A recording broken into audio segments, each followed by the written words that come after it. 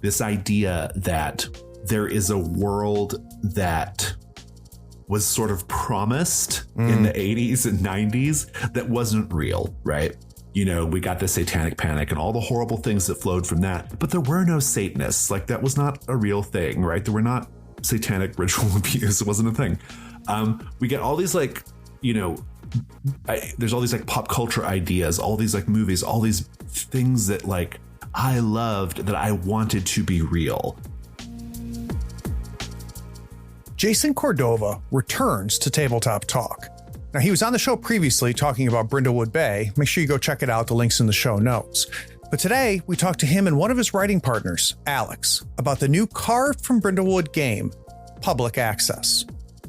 Alex shows us that writing your first game is the only way to actually becoming a game designer. And Jason shares how the seed for Public Access was planted when he was on a road trip at 5 years old. But it didn't bloom until Brindlewood Bay was created. We spent a lot of time talking about how they worked through creating the most complicated mystery for the game. And their process for this mystery gave me a lot of insight into their creative process and problem solving. Last but not least, of course, we do recommendations, and you're not going to want to miss these. Jason recommends one of my new favorite podcasts. Okay, sit back, relax, and enjoy my time with Alex and Jason. This is Chris Spivey. When I'm not looking for another bottle of scotch, you'll find me listening to Tabletop Talk. Howdy, friends. Craig here.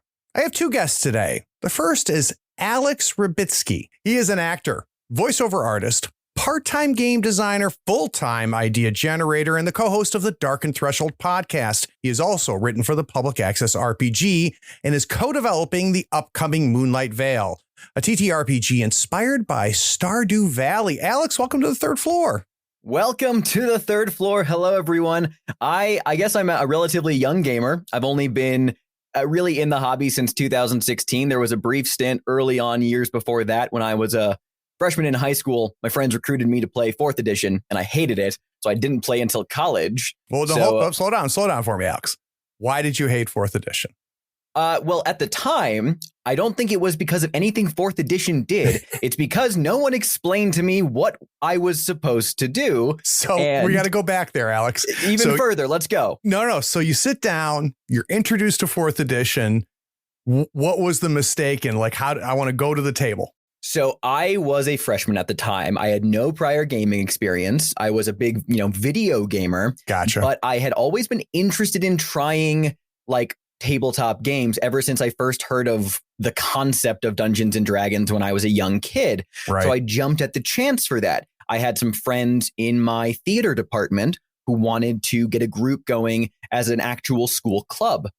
So I joined because it sounded awesome. And it was with all these people I really loved. So I went into the group. It was in, I think, a Spanish teacher's classroom. And we sat down, they gave me a character sheet and congratulations, you're a monk. And I said, what does a monk do? And they say, like, you ever see a Kung Fu movie? And I'm like, yeah, like, great, just do that. And I said, what does this mean on my sheet here? And they said, don't worry about that. Just kind of do whatever.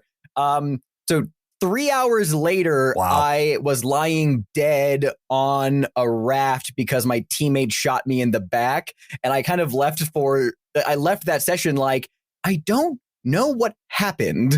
I could not tell you actually, like, other than like the lead up and then the ending, because I don't remember the game. Right.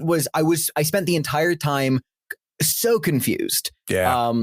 And also, just I was very unfocused and I didn't really feel engaged. I didn't understand the mechanics. Yep. But then, yeah, like I gave it a second chance years later because I got into tabletops again through actual plays that I was seeing when I was in my first year of college. Gotcha. Played, 3.5 with my friends. Then I started running games myself, just kind of fell in love with it and pick up every system I can find. So you bounce off it pretty hard for obviously good reasons, right? You had a terrible table experience, but something calls you back and you hinted that it was actual plays, but I want to go back to there. So you're like, screw this stuff. You guys do this. This is a bunch of garbage. I don't know whatever the big deal is about. What was the initial siren call to come back? Yeah. So, and I wouldn't say it was like I never was like put off by the idea of TTRPGs. Okay. I just think that like it became such a back pocket priority of like, okay, well, I did it. It wasn't that successful. I might do it again. Never did until college. I remember very specifically, I was in my dorm. It was towards the end of my second semester, and I was bored, and I decided to start watching the old. There was this old YouTube series called Unforgotten Realms, which was an animated comedy show about two friends playing a TTRPG that I got really into when I was younger. And I was just, having a little bit of like a nostalgia moment of like, oh, I'm going to go watch these old little episodes of Unforgotten Realms. And I was watching it and I thought, oh yeah, I remember being interested in like trying this out. Yeah, I like role playing. I did some more like video game RP stuff from time to time, or some forum stuff. I was a big World of Warcraft player, and I was like really into like WoW RP servers. And so I was like, I could do this again. Let me I'm gonna go just like look up Dungeons and Dragons and just go watch things I can find. Fell down like the Critical Role rabbit hole, like really hard. Like got into, and this is like campaign 1, obviously. So it was in those really early episodes, it really was just, here's a group of 6 people in like a conference room. It looks actually like playing the game, actually playing the game, and the banter was really fun. Yep. So I went home. Following that semester, I went I went to college in New York City, so I went back to Colorado, and I had all of my friends from high school where I met up with them at a big group friend dinner thing, and I just said, does anyone here know how to play Dungeons and Dragons or like run Dungeons and Dragons? And I had a very good friend named Tim who said, yes, I do. And I was like, could you run it for me? Because I'm very interested to actually like play it. And he said, yeah, absolutely. We grabbed a bunch of friends, and for that entire summer, like every week we would meet in his parents' basement, which was a really nice finished basement with like a movie like theater in it. So it was like we had like white people basement. We had the table in front of a projector screen. It was white people rich. Yeah, it was. Yeah, absolutely. It was. Listen, I don't live there now, but if anyone ever is, here's the name Highlands Ranch, Colorado. It is wealthy white suburbia for the most part. So it was a very nice finished basement that I played in. I ate wings and delicious foods. I remember the druid of our party made gumbo one night, or jambalaya, and brought that. And yeah, it was great. No, those like that was some of my favorite gaming experience. Like early on, it was not the most. It wasn't. I wouldn't say it was a good game, but it was a fun game. We had a great time with it, even if like the plot had really kind of like no ground to run on, but we were just having fun, and we still tell stories about it. So that was when it kicked off, and I got like the bug to start running games myself. So it sounds like the summer that we introduced Alex, to the tabletop gaming, and it sounds like it was obviously a much better experience. But what I'm curious to know is, what was the next game? So D&D, almost most of our first games. What was the next game that came on your radar? Yeah, so I had gone from playing 3.5, and I decided when I went back to school for my second year, I was going to run for some of my friends at NYU, and I picked up 5th edition because I didn't want to learn 3.5. Yep. And then for several months was just doing that. If I'm not mistaken, I believe the next game I picked up was Call of Cthulhu. Okay. Because I'm a big like Cthulhu mythos like nerd. I really love digging into that stuff. And I remember like doing some reading, just getting like looking into stuff. And I saw that there was a role-playing game for it as well. So I got the 7th edition, bought the rule book, started reading the rule book, and digested it in my dorm room. Mm-hmm. And I believe my first time running it was, so I had a friend that was in my main group, one of my closest friends at the time. And she told me, hey, I have some friends in Brooklyn. They're starting a charity streaming tabletop channel. And would you like to, meet them? Would you like to come hang out with us? And I was like, yeah. So, I went to one of their like parties, hung out with them, met the guy in charge. He asked me, do you want to run something on our channel? And I said, I'm interested in Call of Cthulhu. And he said, great. I love Call of Cthulhu. Have you ever run it before? And I said, no. He's like, better. Love it. Let's get it. Ran a little mini campaign. I did so much for that channel. So I learned more about other games through that. Actually, the first time I ever learned about Dungeon World was through those guys. Gotcha. I still to this day have never played Dungeon World, but I knew about it because of that circle. So I spent a lot of time kind of like learning about other games and playing other games. And that's kind of where I began to sink my money into books at every opportunity because I just knew. When you're boy, what a way to run a game for the first time is, live on a live stream. So God bless you for that. Having only really played D&D before and then transitioning to running a Call of Cthulhu, what was the big difference?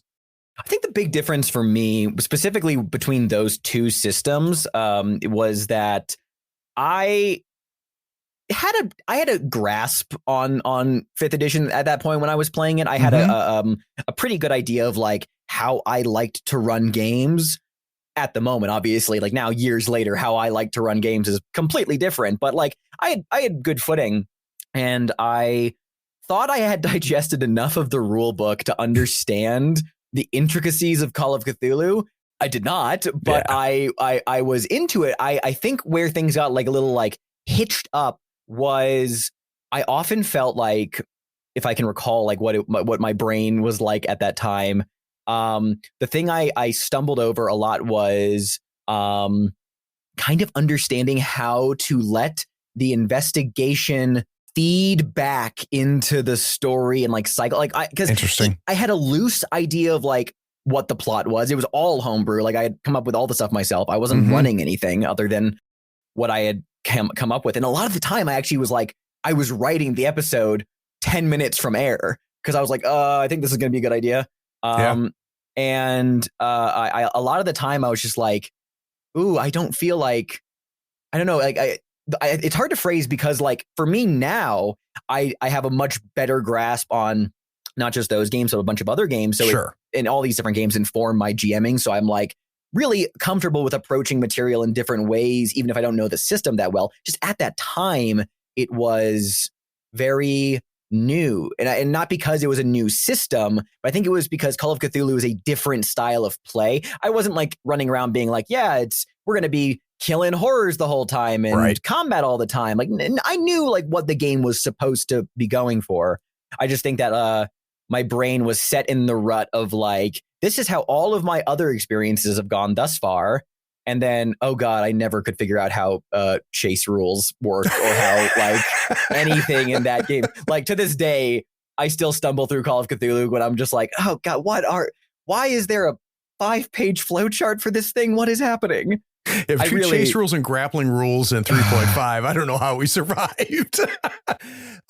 So here's a question for you, Alex. Let's say I go grab you running public access, right? And I watch you running several sessions of public access.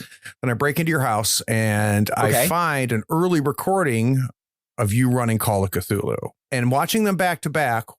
What hasn't changed? So what were you as a GM back then that has survived all of the exposure you've had now? I love creeping people out. This has like always been the mainstay is like, even when I wasn't running a horror oriented thing with, D&D, I still love, actually like literally the first 5th edition game I ever like ran for what would become my dedicated group was a Halloween one shot. And like, I'm a big horror fan anyway, but for like, I can see a few areas that still kind of overlap to this day. I've always been a character voice guy. That has never changed. I've always been like, I'm going to get really in the character, really like embody them, do a voice for them. Yeah. Sometimes over the top, but sometimes like more like subtle and just like, just kind of more getting some affectation that brings out their personality a bit more. I could literally do every single NPC from that game off the top of my head and from all of my games in general, because that's been a thing I've done since the start. I always give my characters some distinct trait that is like my hook onto them. Yeah. Which, it's such a common thing in for a lot of GMs, but that's always been the case for me is how I get into those kind of characters. And yeah, just the way I usually approach matters of diverting questions to people. I was, as the terminology goes in the Carve from Brindlewood games, I was painting the scene long before I knew what painting the scene like what was a thing like in that regard. Because I always knew with all of my groups, obviously, my main group in New York, we were all, for the most part, all of us were actors going to school at professional acting studios. But, my other casual groups, not all of us were actors. Some of us were specifically still in performance areas, but some of us were filmmakers. And then my friends back home, from my like high school, summer break group was it was all, I don't think there was any actors in that whatsoever. It was so I always just knew, though, regardless of that, everyone around me has such fun ideas going on in their own head that I really like poking into those. I've never been the kind of GM who really likes to be in charge all the time, always, and constantly being the one to like come up with all the stuff and like, yep, here is my world. Here's all of my ideas. I've always been asking questions because I always know that people have interesting answers, especially when those answers relate to their characters. Yep. And in a horror environment, a lot of that, the fun of horror tabletop gaming is, when you can successfully scare someone in that scenario, it's always a success because it means one, they're invested enough in like what's going on to feel fear. But it's the kind of fear that, we enjoy from watching horror movies. It means that it's like you have to be both safe and feel unsafe. And I always loved just getting people to be like, ooh, yeah, I care about my character enough and I care about this this kind of scene we're in that, yeah, this is creeping me out. I'm invested. And a lot of that investment always came from, as I said, getting people to answer questions at the table. Yeah, it's something I think that's unique about horror role playing. And I think because it's my favorite genre, right? It's not the only genre I run, but it's by far my favorite. I find it easier. Easier is not the right word. I find it more satisfying to get players to give a shit in horror. There's just something about the genre that just makes you care and makes you give a shit that sometimes other genres, you can still do it, but it's a bit of a heavier lift. So I'm with you completely on that. So I guess my next question then for you, Alex, is when does the gravity of the Gauntlet start to slowly reach out and pull you in? So I can tell you exactly, because I've talked about this on Jason and I's podcast as well. So I got involved with the Gauntlet. I never even was aware of the whole play community thing from years and years back. I'd never heard of this. I believe this was 2021. I want to say it was. I've been doing a lot of gaming during the pandemic, and I was looking for new games. I was still running D&D a lot. I was still running other games that I'm quite fond of. I was looking for something else, and I don't remember which website published this article. I was doing some Googling of different keywords, and I found an article that was basically a list of systems that aren't Dungeons and Dragons, which is always a popular discussion topic of here's the article here's a bunch of systems for people out there. I think I was looking for horror. I'm pretty sure I was looking for horror. I may have been looking, I can't say with certainty, I may have been looking for more Cthulhu games, because I was I like Call of Cthulhu, but I don't want to run Call of Cthulhu all the time. Yeah. And Brindlewood Bay was on the list. Now, this was before the Brindlewood Bay Kickstarter. This was the original, black and white little tiny book version. And I was hooked by the premise. I was old women fighting cults and monsters, and I all in. and I knew from the jump that the mystery system was not did not have canonical answers. It was you theorize things at the table. Which, so real quick question about that though, Alex, because, and I've talked to Jason about this. The first time I read, so that the hook on Brindlewood Bay, I think is one of the greatest ever, right? Like you sell somebody the hook, they're like, holy shit, tell me more.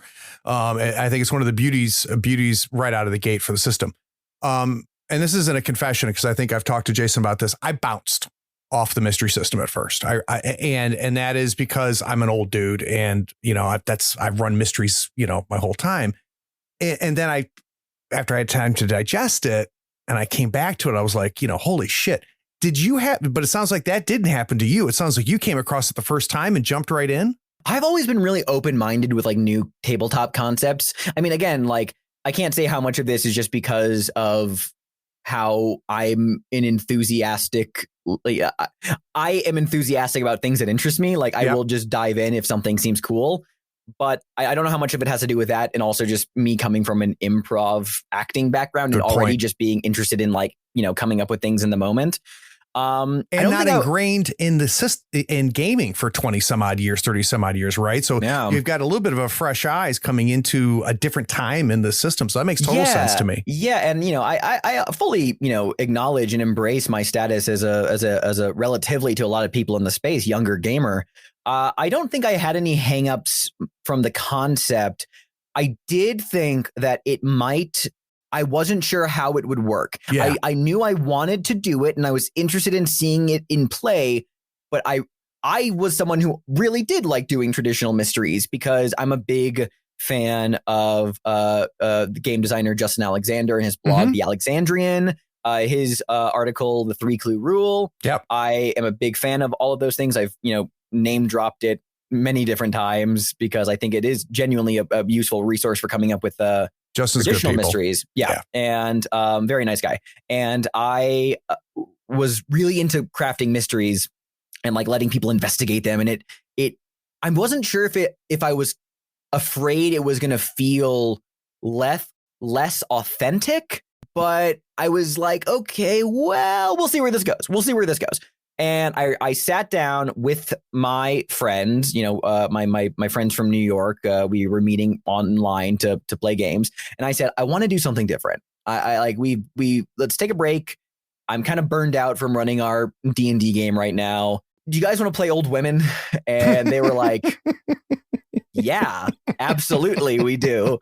And we played a first session. We were real into it. Now, and I've said this on the Darkened Threshold before. I went in thinking it was going to be a lot more difficult for them to be as interested as I was, because I walked in like, hey, guys, I know this is going to be real weird to you, but there's no canonical solution. We got to come up with it together. And I was approaching it like very like, hey, guys, was very cautiously, hear me out. And they went, okay, cool. Yeah, we're in. Yep. Let's do it. That's great. It. So I, you know, obviously my first time running, I wasn't sure like 100% like the best practices, but it was really fun. We had a great time with it and enough to do a full campaign of Brindlewood Bay from there. That's great. Yeah, we had a great time and we came up with great theories. And like, so I've never had hangups, and I'm very happy that all the people I have met and told and run Brindlewood Bay for have never been the type of people who like bounce off the idea. I understand that there are a lot of people out there who are like, yeah, I tried to give it to my group and they hated the idea of theorizing. Even before I was having these like game design chats with like Jason, I was already kind of aware of like, this is emulating what it feels like to be the detective, where you get to monologue about how all things fit together. And going back to what I was saying about my early experiences in GMing, this was a direct game, hard-coded means of getting everyone at the table to provide their ideas. I was in. So I played Brindlewood Bay. I then picked up The Between, started running The Between on stream, and I got, I think I joined the Gauntlet Discord, and I shared like, hey, I'm doing a stream of this game, and occasionally Jason and a few others would come and like pop in and participate in the chat. And I was kind of like loosely engaged on the periphery with like the Gauntlet. It's just as like a community member. because I was just like, yeah, I'm doing this stream. I also like talking about these games with you guys. And I'm like watching these other APs on Jason's channel. And I think the moment everything became doomed for me was for a while I had seen that as part of like a writing contest the Gauntlet had done previously, the participants were going to be given an adaptation of the Brindlewood Bay mystery Exit Stage Death, but for the Between. Oh, and I nice. thought, oh, that's really cool and fun. I love Exit Stage Death, and I love the whole like, and the idea of like, oh, Victorian theater horror, hell yeah. And there was a few times I like nudged on the Discord about, I was like, hey, any updates on this yet? And Jason would just kind of be like, oh, no, it's not out yet. Haven't done it yet. I'm like, okay, cool. And then I think this was like sometime in like April or May of last year somewhere. I asked that in the Discord again, and he like responded with like, I was going to ask you to write it actually. And I was like, what? And he's like, yeah, do you want to do it? And I'm like, you understand? So I need you to pause for a second Yes. here, Alex, because this is interesting to me. Jason, where did you get that dumb idea? Right? Where did you get this idea that like this person who's been bugging the shit out of you, you know, screw it, I want them to do it. What made you think that that would work? Well, I don't think it was so much that Alex was, and also, hello, I'm happy to be back on the show.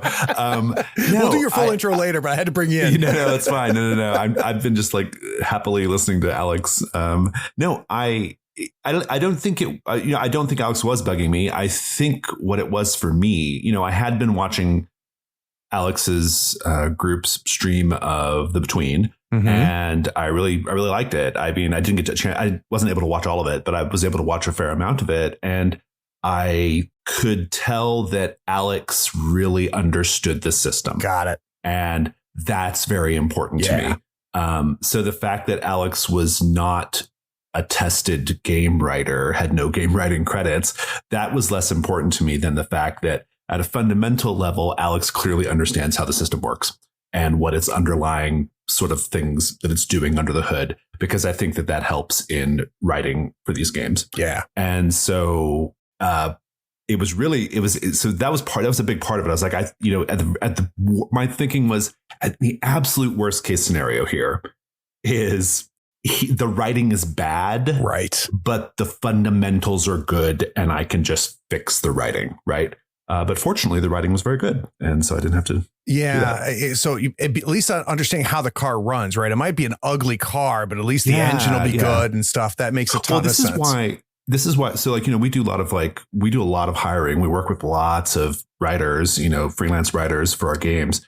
And because we publish scenario based games. And so we just need, we always need stuff. And this is why we almost exclusively get writers from within our community, and we don't advertise outside of our community because I want people who understand the game. We publish people who have never written anything before of any sort of creative type of writing. But the fact that they love my game and know how to run it and understand it means everything to me, right? That is like the most important thing. Jason reaches out to you, Alex, and says, why don't you write it? What's your first gut reaction? Hell yeah, I can do this. Or, oh my God, like what was? It was both, but mostly like, oh my God, what? I'm not a game designer. I've never written for a professional thing ever. Are you sure?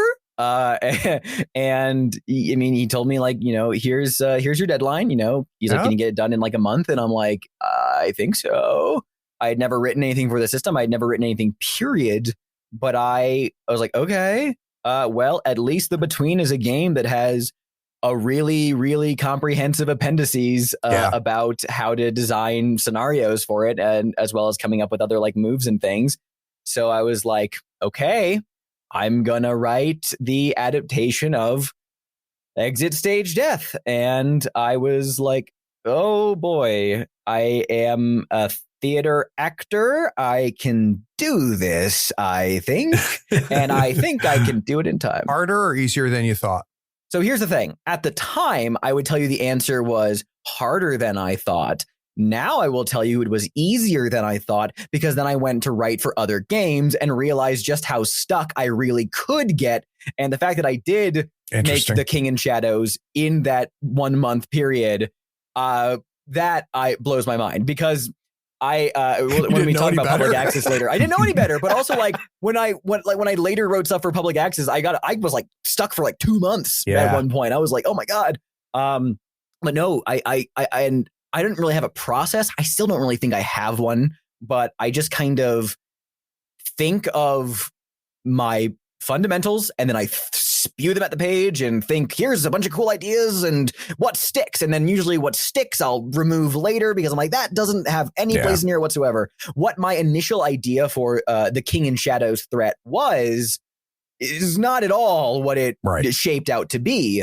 And I'm glad for that though, because it really, like there was a period at the start when I first started writing, and that the first like 2 weeks, I was like, all right, the engine is going. I'm on the tracks. I am at full speed. Creative powers are engaged, and I just dipped like a couple weeks later. And then there was a period where I was mostly like trying to fiddle around with the idea, because this is a thing Jason and I talk about a lot, which is like there is, for most of our ideas, there is that one central piece that when we find it, everything else falls into place. And that's my process. Yeah. I wait for that one. I'm just waiting on that one thing to fall into place. And when it does, it all flows at that point. So what's fascinating about that, both Jason and Alex, is how common that is, to the point where it's become a question in my normal repertoire, which is what was that last little bit that made it all come together? And it's funny how universal that is after talking to hundreds of game designers. And what's interesting to me too, Alex, and I want to know if this is true for you, is like, there's a certain mystique about I'm a game. They design games. We just play them. And, and all of these conversations that I've had, I've learned that the only difference is some people are doing it and some people aren't, right? That if you want to be a writer, then guess what you need to start doing? You need to start writing. If you want to be a game designer, the only thing stopping you is you haven't designed a game yet. And granted, the first one might be shit. The first, scenario might be garbage, but guess what? Now you are one. So now you've got the gold medal and now you can keep going. Or it might make $1 million. So you never know. I mean, you don't know. You got to get there and do it. Yeah, exactly. So having gotten that first one under your belt, Alex, it sounds like, again, you didn't know any better. You just did it. Has there been like plateaus and level ups as you've gone up? So now having, been a part of designing for other games through the Gauntlet and going beyond just, popping your cherry early on there, do you feel like there has been multiple stages of leveling up, or has it been kind of a straight line for you? Do you understand what I'm asking? I do. Yeah. That's a really great question. I feel like it definitely hasn't been a straight line, but the plateaus. So here's a little bit of context, is that when I finished King in Shadows, I was like, oh, good, I finished it, and I was proud of it, and I got some like great feedback before I even submitted it, and I wasn't somebody who was like, oh, I don't want to show anyone my work until it's done. I need to have it like no, I absolutely sought help from like 2 other people and being like, can you like give me notes and ideas? And they were integral to me getting the thing delivered on time, because they really got me out of that mire. But once that was done and I was informed that I did a great job with it, and then was later being asked to write for public access. That's awesome. And obviously other things were happening too, because around that same time as King in Shadows, we pitched, me and my co-writer Megan Caldwell pitched Moonlight Vale and got that bought and started developing that as our own project. I've always been very collaborative, and I always try to like maintain like the fact that I know I can get stuck pretty easily. So I want to always like outsource and be like, hey, here's where my brain's at. Got any perspective for me? But once I started writing public access, I was already like months in it of like, okay, I'm writing for games now. This is a thing that I'm doing. This is weird. But seeing, because public access was a new game, and I had written one thing for a game I knew well for one off situation, and then I was like, hey, this is a new game entirely. It's a new setting entirely, same system, but I have no idea what I'm doing. Yeah. I love the touchstones. I love all these things. And I think what helped me and helped, as you as you put it, like leveling up my game design, and kind of like the plateaus that I kind of got from there, was being able to step back from my own mind and look at what the other writers on public access were doing and talk about the system and like see what Jason had already like put down there for his, idea of the setting. I could look at that and be like, oh, there are things here that I wouldn't even thought of. Like people are coming up with, it was almost intimidating at times because I was like, oh, people are coming up with mechanics for their mysteries that I would never in a million years have thought to put like in mine. This is cool. Also, I feel like I need to think more. Yep. But that I feel like I am such a learner by observation because I really like to see firm examples of something before I get into it. Yeah. A lot of my game design leveling up has been in the form of like knowing through osmosis, of like, oh, I have this experience of witnessing things that I am now more attuned to like being out there with my ideas, but I never allow myself to get like comfortable with the idea of I've learned things. I'm always like, I want to see more things. Yeah. I want people to keep just feeding me content so I can constantly see like new ideas. When it comes to CFB game design specifically, the biggest level ups have absolutely been just like, I am now so fully comfortable with the format of like the template of like building something that I can generally punch out my ideas relatively quickly. I still stall out on like, I am a habitual editor, not a writer. I'm a habitual editor. I need to make sure a single sentence sounds perfect before I move on to the next one. That's always been my biggest issue. But thankfully, the framework has helped me in this regard move past that a little bit. Beyond just the scope of CFB and like just general game design terms, not that I've been designing for other non-CFB games quite yet, but I think it's less of a writing thing and more of just a mindset thing. I agree. The fact that I have a different way of perceiving moments at the table and then also moments behind the keyboard when it comes to actually writing the scenario that I really feel like more comfortable just kind of putting it out there, Well, and giving yourself permission, right? Which I think can be another barrier for a lot of creators, is this feeling like I need permission to do this. And sometimes, every time that permission has to come from yourself. So guys, my next guest first appeared on the show back in episode 166. Jason Cordova is the founder of the Gauntlet. He co-hosts the podcasts Fear of a Black Dragon and The Darkened Threshold. He, of course, created Brindlewood Bay, The Between, and Public Access. Jason, it's good to have you back. Welcome back to the third floor. Thank you for having me back, Craig. I'm very excited. So I have a big challenge here. I can't get Alex to open up and talk, so I just need some advice. That was awesome, Alex. I'm just poking. That was great. But Jason, I'm not going to put you through the same thing I put poor Alex through, because you did that back in episode 166. We got a great origin story. For those listening, if you have not listened to Jason's first interview, it got me to finally understand Brindlewood Bay, which everybody knows that we're running now on the channel. So I guess what I want to ask you, Jason, is, especially since the year that we've talked last, tying to what we just discussed with Alex, is there a leveling up that has occurred for you in the last year or so, where if we were to go back to Jason a year ago and look at where you are now, what's happened to you in this last year or so? For me, I think I don't know how much of a level up there's been in terms of like my game writing necessarily. I have a sort of writing method that works for me, and I stick to it, and I know my mind well enough to not ever second guess. Sure. I just do the thing, I think where I've actually leveled up though is I have gotten better at sort of relinquishing control a little bit, right? Like that is something that I have always had a difficult time with, because, for the first 10 years of its life, or 8-9 years of its life, the Gauntlet and me were synonymous, right? Like there was like no disentangling those two things.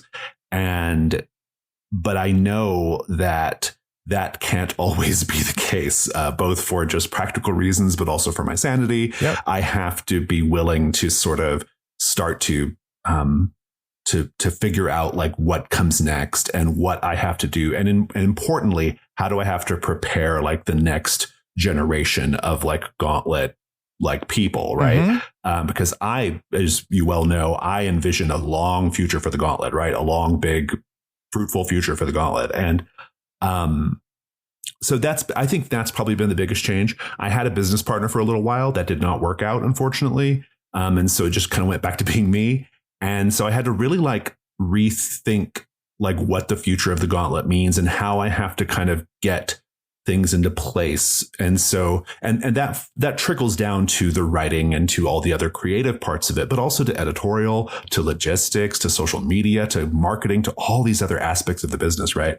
And I think in our community, it's no secret at all that like I have sort of taken on Alex to be like my protege in the Gauntlet, right? Like I intend for Alex to sort of, to take over a lot of stuff, and Alex is already taking over a lot of stuff that I was either previously doing myself or neglecting. So one or the other, either I was doing it or it was getting neglected. Alex has taken some of those things over, and I love it because Alex has, he has like all the qualities that I need, right, and that the business needs, and so. So I think that's been a big part of it for me. It's not been so much like my personal creative process, which I think has always been what it is. And I think it, not to say that I can't learn new tricks. I certainly can. But I created the system. And I created the fundamentals. I own the fundamentals. And so I have fun kind of like playing with those fundamentals and doing different things with them. See Public Access and The Between and Brindlewood Bay and how they all kind of like, talk to each other creatively and design wise. But I think the more important change for me is just this idea of like, okay, you have got to start looking ahead and and not even just like bringing in help with like, sort of like admin and like, editorial stuff, but also just like how we sort of structure our deals, right? Like we're doing now these, like, we're basically doing like publishing partnerships, right? Right. So we have a partnership with the Silt Versus podcast and Gabriel Robinson to do the Silt Versus role-playing game. I have a partnership with Alex and Meg for Moonlight Vale. Ollie Jeffrey and I are doing Arkham Herald. Like, so that's been a big change as well. Like these are like kind of co-publications, right? And so that's been my biggest change, like thinking about the business and how to manage the business and where to take the business. I think probably one of the things that sets me apart from most indie publishers, maybe not like the ones that are a little bit bigger than me, but like pretty much every other indie publisher smaller than me is I have a really long-term vision for the Gauntlet, right? Like I'm a very long-term thinker. Like Alex and I are already preparing the games that are coming out late next year, right? Like we've got that mapped out, So where does that come from, Jason? Outside of this world, right? There's something about you that's a lot, because you're right. It's a differentiator. Where does that come from? It comes from being a federal litigator for 10 years. And when you're a federal litigator, especially doing the kind of work I was doing, which was civil liberties work, you plan for the future. You play the long game. You might work on something that won't bear fruit until 5 years later, 10 years later. You don't have the luxury of like expecting immediate reward, right? Apart from just like your paycheck, like you can't really expect like anything that's like, like you're doing good work, but no one is going to remember you by the time that work pays off, right? Like, so you have to like prepare yourself. I think that's a big part of it. Certainly. That's got to be I think that's probably the main reason why I am that kind of thinker, but also, I think another part of it as well is I'm really enjoying myself, right? That's like great. I love what I do. So I love it. I get to run games 4 times a week with people who I love playing with, and also just random people who I learned to love playing with. And I have created my business so that I get to maximally enjoy myself. Yeah. Right? So if like I set little goals and we hit those goals, and I love that for us. But at the end of the day, I love to just get up and run and play role-playing games. And as long as I get to do that, that gives me the satisfaction in the short term to keep going. You know? It's a very positive feedback loop there, right? Yeah, definitely. So was there a breaking point for you then, Jason? Was it a situation where there was a moment where you're like, I can't keep doing this by myself? And were you forced to start opening things up a little bit? Or was that a goal? Or how did that play out? No, I wasn't forced to. I could certainly keep. I'm very lucky because like my fans and my community and my supporters, the people who've supported me and the Gauntlet over the years, give me an incredibly luxurious amount of runway, right? I mean, Trophy was 2 years late and like no one cares, or at least no one says they do, or no one's giving me hard, guff about it. I have a lot of runway from like our followers and our fans and my friends, a lot of these people as well.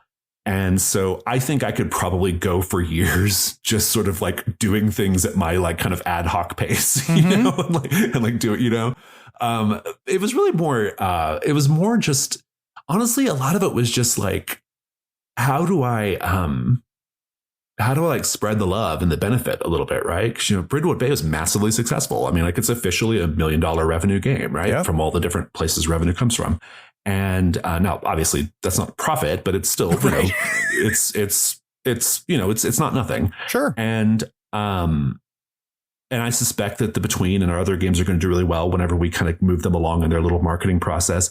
And it's like, so part of it also is just like, just for sake of like business maturity and for just like creating something healthy, like you have to like start getting people involved. You can't just keep being the only person, right? There's a lot of sexiness and fun in creating ashcan versions of games and so on and so forth. What we're talking about now, though, Jason, on the surface doesn't seem nearly as fun. And I think that can be a barrier for a lot of creators that listen to the show right now, where they're like, I love making games. I hate marketing. I hate planning out. I hate business plans. Is there anything that we can tell them that makes that aspect a little bit sexier? Do you want to do this full time? Yes, then you need to learn those things. Yeah. Like, I don't know what to tell you. Like, there's no getting around it. Like, if you intend to do role-playing games as a hobbyist, if you want to be a gentleman or gentlewoman game designer where it's not your main job, it's just something you do because you love it. I love that for you. And anyone can do that at their own pace, and you don't need marketing for that, right? Mm-hmm. If you intend to do it as your job because you need the money, and you want to create a business out of it, you must learn those things. There's just no getting around it.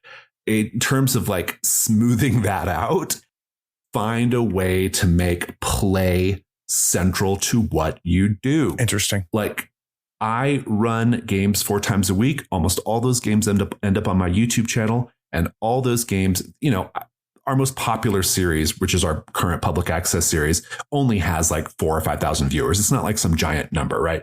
But those people are watching the videos to learn how to run the games themselves, right?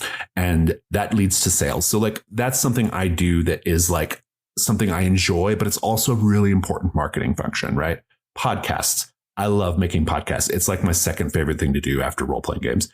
And so that's something that I enjoy, but also serves a marketing purpose, right? So you just have to kind of find those ways of incorporating the things that you love about the hobby into the things that you maybe don't love about the hobby, right? Or the industry. Like the things you love about the hobby, work those into the things you don't love about the industry. And then that's what equals success, I think. So guys, the Insider Insight series allows me to sit down with designers, developers, artists, writers, and creators and learn how they approach their work. I try to understand their process, inspiration, and the methods for crafting their creation. That's what we're going to do with Alex and Jason. When we get back from this break, we're going to talk about a game that is begging me to run, and that's Public Access. I'll be right back.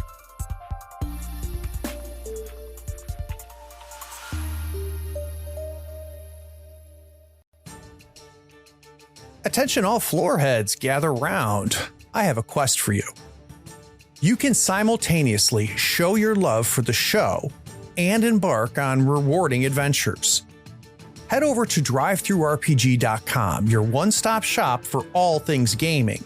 Whether you're looking for rulebooks, maps, art, or epic tales to enhance your gaming experience, it is that one-stop shop. Now, In the show notes, there's a unique affiliate link. Every one of your purchases directly supports Tabletop Talk if you use that link. It's like casting a powerful spell that helps us keep the podcast going strong. So next time you're itching for a new adventure, follow the affiliate link in our show notes or bookmark it now in your browser. It can be your portal to everything on DriveThruRPG. Now let's get back to the show, but please support the show by using that DriveThruRPG affiliate link next time you are shopping at the site.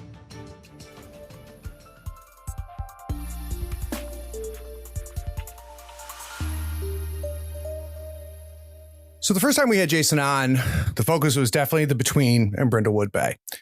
And I think there's a little like hint or tease about public access that was in that interview. So I have a feeling... I teased it briefly. It was hinted at. So for those of you not familiar, I'm going to quickly give you a little blurb and then we're going to dig in.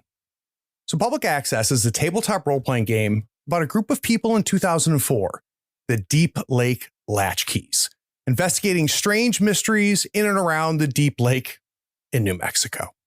In the 80s and early 90s, Deep Lake was the home of a notorious public access television station called TV Odyssey, the history and the fate of which is the source of much speculation in certain corners of the internet, because the station literally disappeared.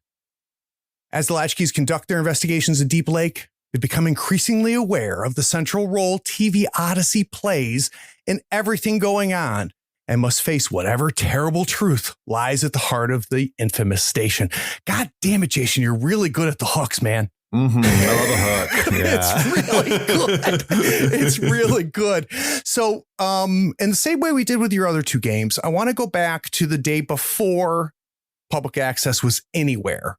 And I want to get a sense of when it first started to like tickle in the back of your head, like maybe this Brindlewood Bay system could move here. Okay, so how about 30 years before? Nice. Would that be good?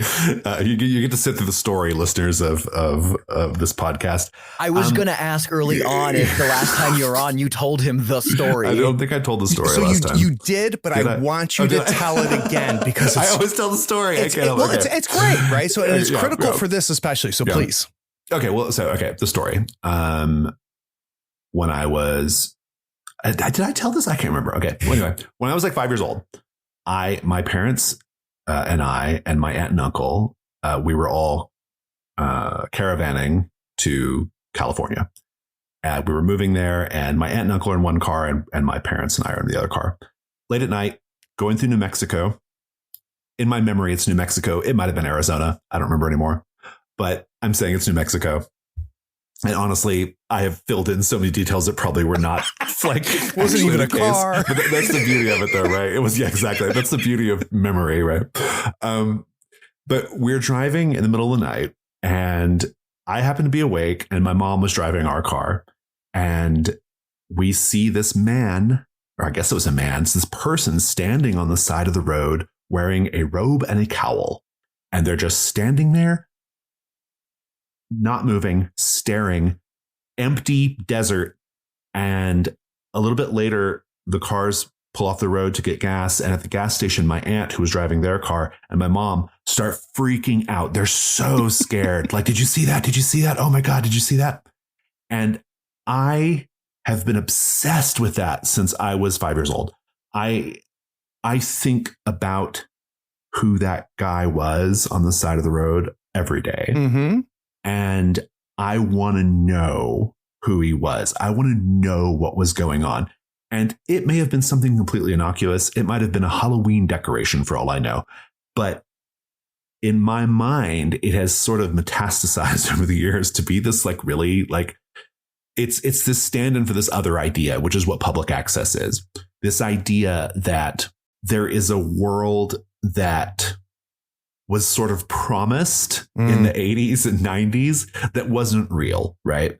You know, we got the satanic panic and all the horrible things that flowed from that, but there were no Satanists. Like that was not a real thing, right? There were not satanic ritual abuse. It wasn't a thing.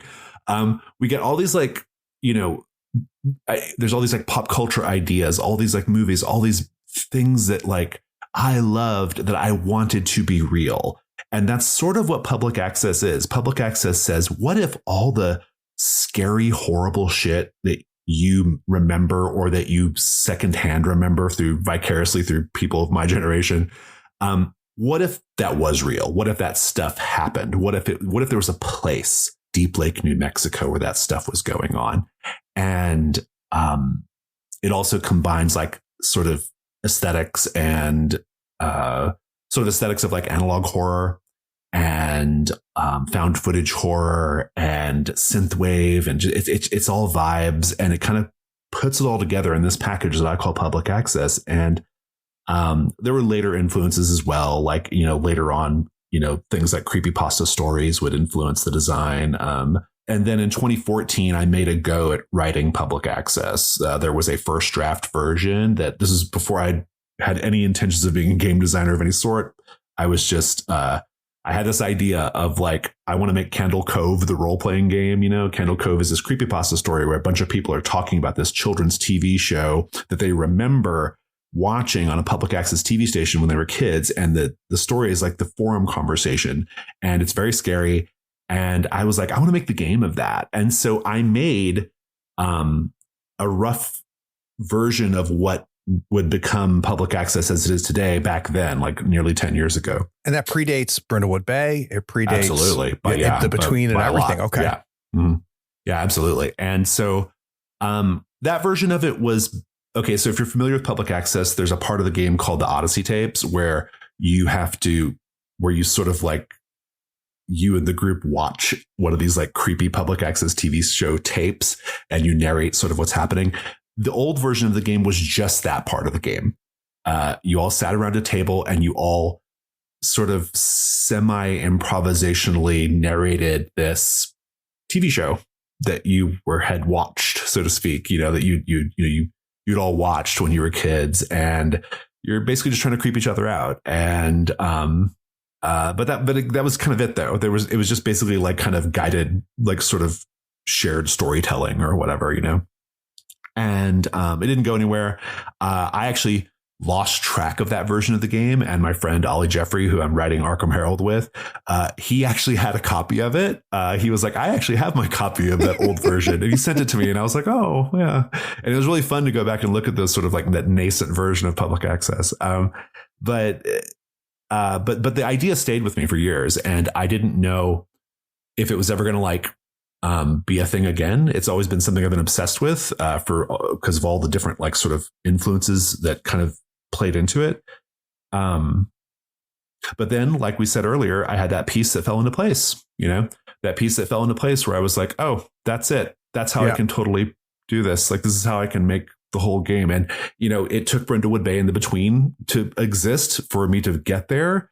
But I finally got, you know, it all kind of fit into place. And then once it did, I think I wrote the thing in like 2 weeks. So, that's amazing. Yeah. And what's neat about it is we learned in our first interview with you, Jason, that Brindlewood Bay solved the Between, right? Which I think was fascinating, right? That turns out that Brindlewood Bay was a result of a problem that existed in the Between. Now we'll go back even further. And now we've got two games, and there's a game before that predates it. So I'm trying to figure out where the frog leap happens. So Brindlewood Bay is Brindlewood Bay. The Between is the Between. All of these things are working, and there's this game in the back of your head. How does it push itself forward and say, I belong here? This system will work for me. Well, the really specific thing was figuring out how the Odyssey tapes were going to work using the Between's unseen mechanic. That was like the specific thing. And Alex and I have talked about this before. Alex, I can't even recall. Were there other things that we've talked about where I talked about how it all kind of slid into place? Yes, I was just about to say, I, as an outsider, I knew the exact, I still recall this moment vividly. I'm an old man, so this is I'm part of the reason why I've made Alex my second in command at the Gauntlet is because he has youth and vitality that I get to draw from and you vampire away, including memory. So this is a deeply parasitic relationship. Remind me, Alex, what is it? So, yes. So from an outside perspective, long before I was actually involved with any Gauntlet things, Jason posts a tweet one day saying like, I've had this idea for years. Yeah. I've had this idea for years of this game. about watching creepy tapes. I'm too busy to do anything about it. It's not going to happen like for a while at least. I got other things to focus on. And I think it was like no more than like 3 days later. It was really soon after. He posted a tweet saying, I figured it out. I'm working on it right now. And then like within a brief stint, the game was basically done. Isn't that something? It was just the Odyssey tapes. He figured out how the Odyssey tapes work. So let's put that in context. And Jason, just very briefly for those listening, they have to understand, I guess, where the Odyssey tapes fit in this. But let's talk about how that then led to you figuring it out. So can we talk about what the TV Odyssey tapes are? Yeah, that it'll kind of help to talk about the game and the setting and the details a little bit more in depth. So basically, these characters, it's a real specific setting. It's 2004 in this fictional town in New Mexico, Deep Lake, in a fictional county called Degolla County. And the characters have come to Deep Lake. They all grew up there, but they left. And now they've come back as adults to explore the mystery or to investigate the mystery of this public access TV station, TV Odyssey, that disappeared, literally vanished. And nobody can remember it. They remember it, but nobody else remembers it.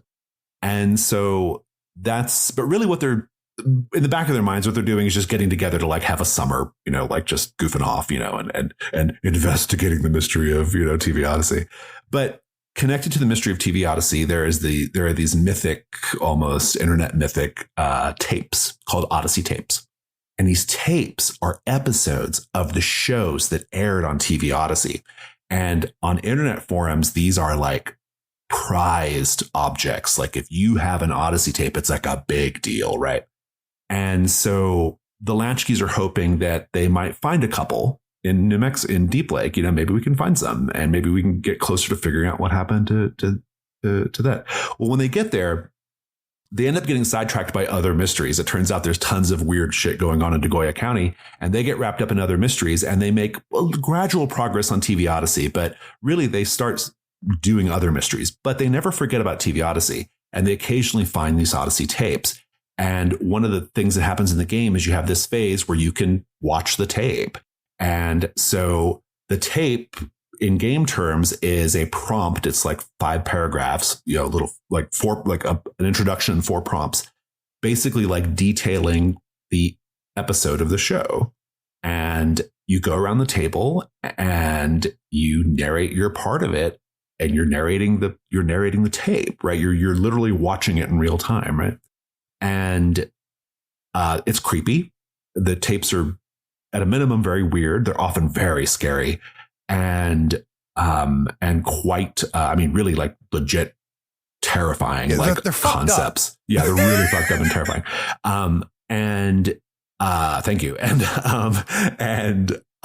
so I knew that part of it, this sort of like analog horror idea, this found footage sort of idea, that was the part I needed to figure out. Right. And so what I did was I basically figured out that, my other game, The Between, has this mechanic called the Unseen, which is this guided sort of narration where you talk about another part of the city of London, and it's sort of out of character, and it's just all about flavor and vibes and kind of creating some thematic connections in the world and stuff like that.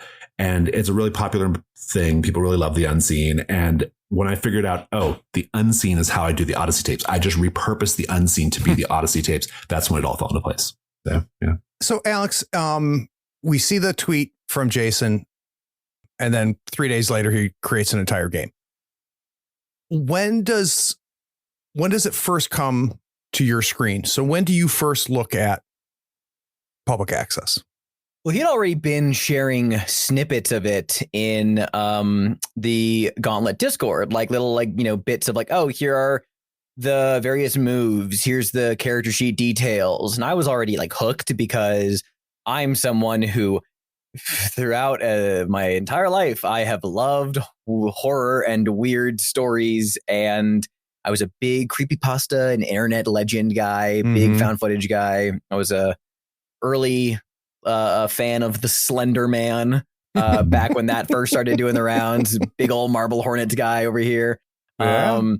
And so I was already just into it because I was following it with very devotedly, because I'm this is the game that I want to play right now, because this is exactly I have never seen anything like this.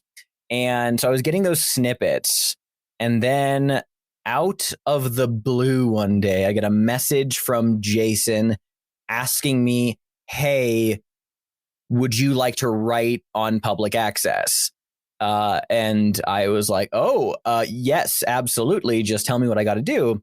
And he basically just presented it as I have these ideas for mysteries. I don't have the time to make all of them myself. I already have these other writers doing their own thing, but I have this list of mysteries I really want in the game. Right. But I'm definitely doing this one and this other one. Do you want to do one? And he also asked, my friend and co-writer Meg, do you also want to do some? And I looked at the list and I was like, I really want to do this and this. And I saw the little blurbs and pitches, and I saw two that immediately I had ideas for. That immediately I wanted to start writing for because they were concepts that interested me. It sounds like they were prompts in some way. Yeah. Very much. I basically had like 8 mystery ideas, or something like that, 6 or 8, I don't remember. And I knew the 2 that I was definitely going to write. I was like, I'm definitely writing these 2. These are the 2 that I want to write. One, because one's the starter mystery, and then the other just because I'm really committed to this one. But I love all these ideas. I don't have time to write it. And that's when I kind of reached out to other people. And Alex had done such a good job on King and Shadows, and Meg is like a completely like fault-free writer. Like I've never had to edit beyond like a word and a piece of punctuation on Meg's stuff. Like it's amazing. It's infuriating. Like please make it look harder. It's impossible to find fault with whatever Meg does. And that's great. I mean, I've hired her for like probably 3 or 4 gigs at this point, and like easiest edits in the world.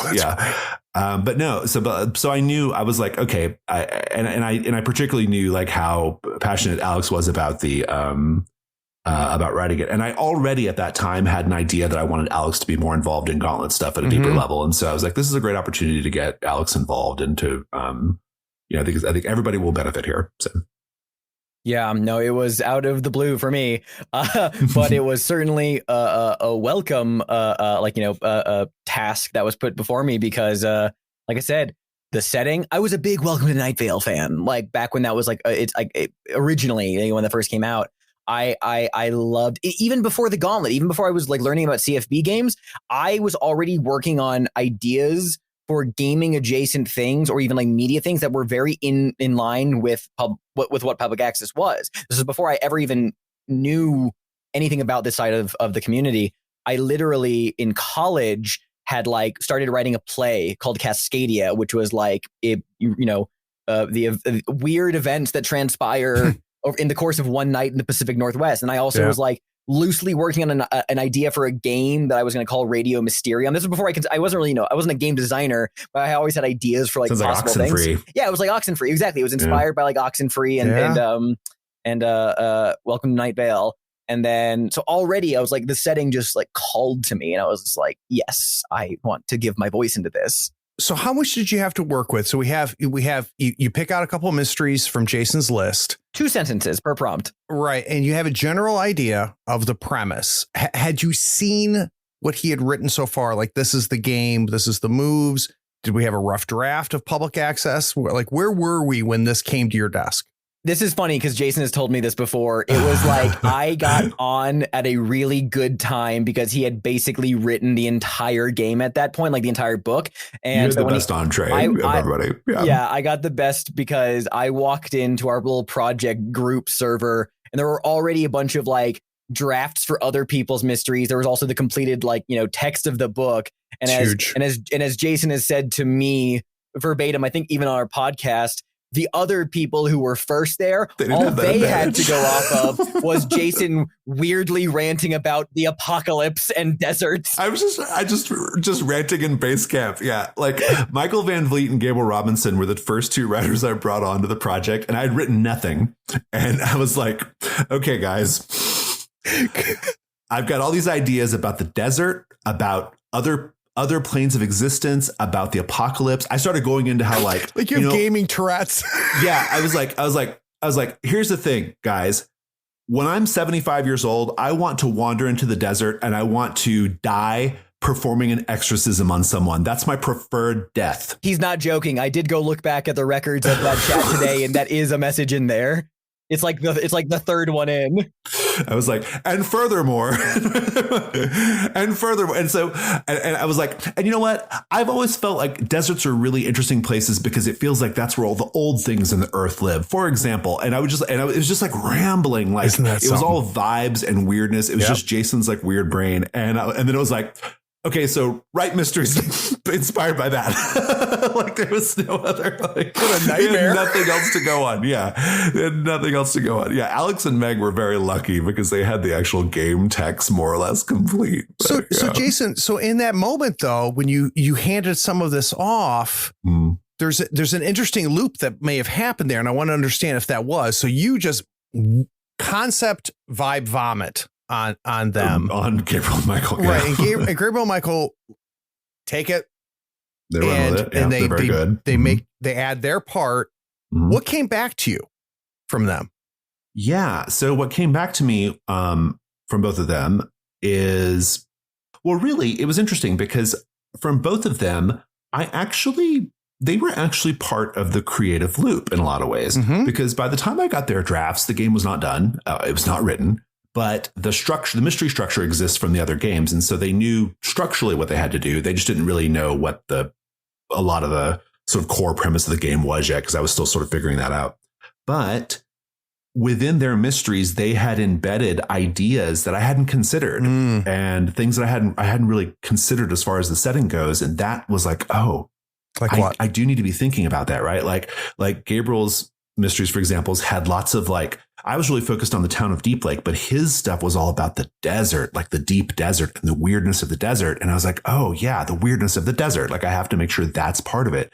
And then one of Michael's was about like, it was basically like a satanic panic D&D thing where there was like a secret D&D game. Our D&D is called something different, but like it's a secret role-playing game in town and kids are going missing. And I was like, yes. I was like, that's Mazes and Monsters. That's like, right. That's the sort of nostalgia I want to be hitting. And so really, truly, like I was inspired by what they turned in, and it helped like fill out the rest of the game and you know, from a sort of aesthetic and kind of inspirational standpoint. And so that was part of it. Now, I would say that their drafts were probably, because they were written so early, they were probably the ones that needed the most editorial once it was all done. Sure. But that's not their fault. That's just because they were going with limited information, apart from just it's like pages of weird desert apocalypse ranting. Yeah, it was really bizarre. And it was like in the middle of the night and I'm just like going crazy. And they're just like, they're doing the chat equivalent of nodding politely while I do this. And, is someone going to check on Jason? Yeah. But like, I think what's really cool about the way that we create in the Gauntlet is it is this very, it is very community oriented, right? Yeah. Like, I mean, yeah, it's my game. My name's at the top of it, but public access more than any of the other games is really, really very much like a kind of group mind project, you know, and I love it for that reason. But that's because I think we work that way because the Gauntlet has always been kind of community focused, right? Like that's always been our thing. And before we had any aspirations of it being a business, it was about we were doing like community oriented creativity years before that, right? Like, I mean, with our old Dungeon World podcast, we were like having contests and we were doing all this kind of stuff. And we were always promoting like, you know, individual creators, you know, first time creators with marginalized identities. Like we were always like trying to like, you know, do this type of creation. And we've just got it really, really refined now at this point. Like now we know how to get the best work from the best people within our spaces. And it's great. Yeah. It's really very satisfying. Yeah. And I don't want to minimize this at all because that's very fascinating to me because there's obviously an understanding that has to be in place, Jason, for what happened to happen, right? For you to be able to just spew what you spewed and for them to understand the premise, understand the system from Brindlewood Bay and from the between and to have interacted with you enough to make some sense of that nonsense that you were spewing out at that point. It really was nonsense. Yeah, but that's a testament to the community, right? And that's a testament to them also as receivers in that process. That's different than for Alex, though. So, Alex, you get something that's far more baked at this point. You're given scenarios which you have written for games that you're familiar with this basic premise and system. As you go and look at what's come before you, you've picked your 2 items. What's next? So now I'm imagining a desk with paper splayed all over with the work of others. And you're like, now you do this. What do you do next? Well, the first thing I did, I saw the ideas and I picked the 2 I wanted to do, the ones that like immediately most interested to me. And I saw like, I gave the others a glimpse because I wanted to see what other people were already coming up with for this like nascent setting that was, being presented to me for the first time. And I had my 2 concepts and I already knew which one I was leaning towards first. So I was like, from there, I was just kind of like, okay, this thing needs to involve this. I'm going to go look around to see kind of what the others are already doing in terms of like where theirs are set, like what kind of locations they go to, what kind of characters they have, because I want to make sure that nothing feels too repetitive. Because and also like, briefly going back onto what was just being said about how this game was very collaborative compared to like the others. This was a collective brainchild. I think that also lends itself to this. The setting lends itself to that because having a weird, rural, small town, desert community with these pockets of strange things going on, you get a lot of variety and a lot of like cool ideas brought to the table. So really the first thing I was doing was like, okay, what ideas are immediately sticking out to me just from my first impression of this? I'm going to put that on my page. Okay, that's bullet points, loose ideas. What are other people doing? Okay, this person's doing something with this person's doing something with this area. These characters have been mentioned before. Okay, I'm getting a kind of like a picture of the wider setting. And like a lot of my work that I've done thus far, and for me up at that point, this was back at like towards the end of last year. I when I wrote The King in Shadows, a lot of my design process for that was finding my inspirations. What are the things that are like turning or getting the hamster in my head to run on the wheel? Like what pieces of music, what books, what things feel like they're inspiring this idea that I can, pull and steal from. So I started finding those references. So, the first thing I wrote for public access was The Whisper, the mystery about the this little isolated single street with a cul-de-sac at the end of it neighborhood surrounded by an abandoned housing development. Well, right off the bat, that wasn't, the original pitch was just like, The Whisper. There is this thing that it's a voice that whispers people's secrets, and it's like the Twilight Zone episode the monsters are due on Maple Street. And I was like, the monsters are due on Maple Street. That was my favorite episode of the Twilight Zone. Funnily enough, I loved it. And so I was like, yes. And already I was big into like suburban weird vibes. Like I've grown up in a suburban setting, so I already kind of like had like that. Like I've never grown up in like a suburban desert, but I that concept of suburbia, I was very my direct inspirations for that one when I sat down to write it was like, okay, I grew up in suburbia. I love neighborhoods like this. I love little tiny single street communities. And I think not at the time, but like earlier that year, I was working as a delivery driver. And one place I was constantly making deliveries to was this address in the middle of a housing development. So like I would go past like rows of upturned earth and construction, so cool. Cement frames and all these things. And as I went deeper in, it just became nicer and nicer and nicer to these like finished new homes that are barely inhabited. And I like the idea of like, just what if there are just people living basically in the middle of nowhere, surrounded by an abandoned project, like, and no one acknowledges it. Like, it's just like, yep, this is our street that we live on. Here's this weird setting. So then I started to think, what are my other inspirations for? So like X-Files was a big one. Like any, like what that's the one that to me was like, this is an X-Files episode. Like, what do I see when Mulder and Scully show up on the street? What are like my visual touchstones? And this is actually a weird one. Like one of my biggest inspirations, and it doesn't really show too much in the final text. It was more just like background, like vibes while I was writing it. There is a musician named Will Wood. He used to be in a band called Will Wood and the Tapeworms, but like his new music is just Will Wood. What kind of band name is that? The best one. Because the Tapeworms, it's a pun. It's great. I love it. His music, I am the biggest fan of. I won't go too much on a rant about Will Wood on this podcast about our games and our podcast. That's amazing. I saw a YouTube comment. His music is wild. I highly recommend people listen to him because he never does the same thing twice. I saw a YouTube comment that had the single best description of his music. And someone said, Will Wood is the piano prodigy love child of Freddie Mercury and Hunter S. Thompson.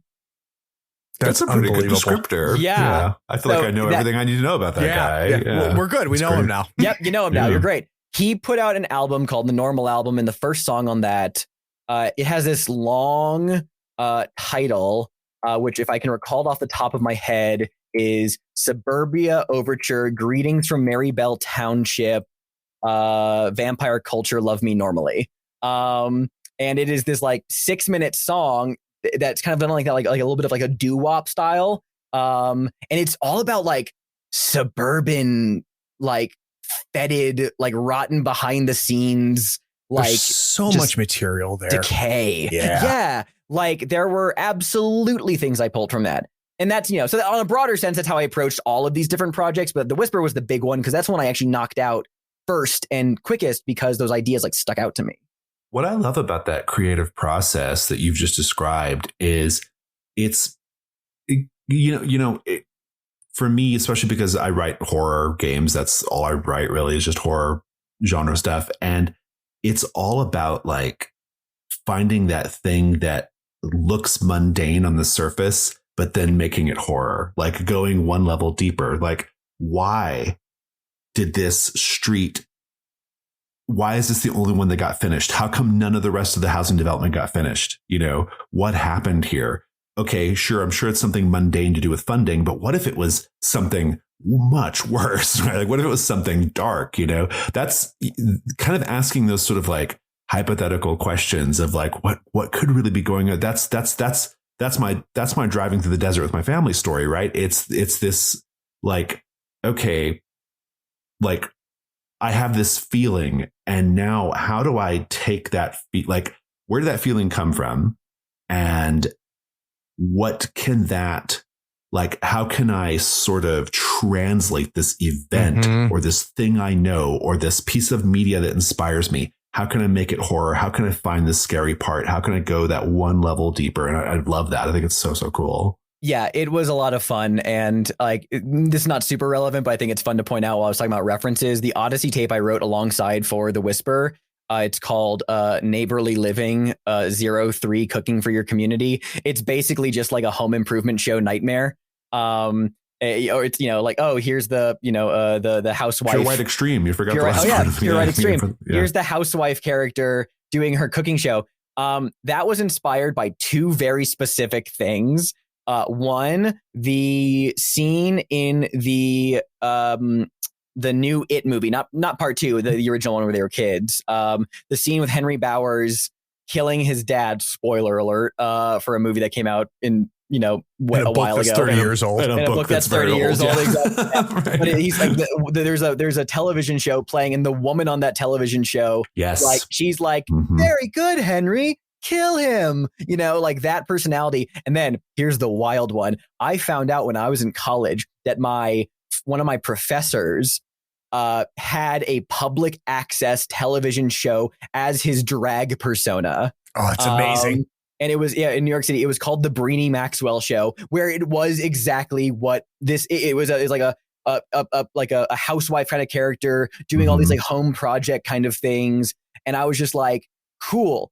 Here's that aesthetic. One layer deeper. How do I make this scary? Horrifying? Yeah. Well, in Dallas, we had our Dallas public access station. We had a cooking show like that. It was called Cooking with Carol, and it might even still be on. I don't know. But the great thing about that show is Carol would use the opportunity of her cooking show to clearly work out her anger with her kids and her husband, right? She was very clearly like angry at her husband or her kids on every episode. And she would kind of like work that in. You could tell it was simmering, you came for the recipes to stay for the trauma. Yeah. And it became a thing. Like you would tune in because you were so hooked on her, like, isn't that something? Clear family drama that she's like working out on her cooking show. But then what we do in public access is we just we add that layer of weird or that layer of scary, like what's going on underneath the surface. And that's what's fun about it. So Jason, you create the prompt for the whisper. Yep. Throw it over the fence. Alex scoops it up. Yep. Adds a lot of his own parts, right? His own inspirations, his own vibes, and vibes is a big part of this game. It's 75% vibes. Yeah, right. And he puts together his whisper and throws it back over to the fence into your backyard. What happens when it lands? So when I get it, I have to now make sure that it swims alongside everything else that's been turned in and everything that I've written. So they have to all feel like they all belong. And importantly, they have to all feel like they were written by one person.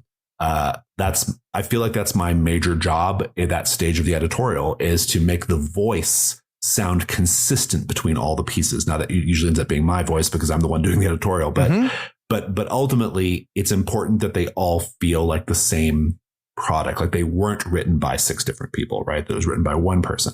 And that's actually, you asked that question earlier, how have I grown? That's a major way I've grown in the last year, is figuring that, getting better at that, So I want to dig into that if I could, Jason, a little bit, and let's use the whisper as the example, right? So Jason throws that back over. Your first reading of it, there's stuff that you're like, this is right. This needs help.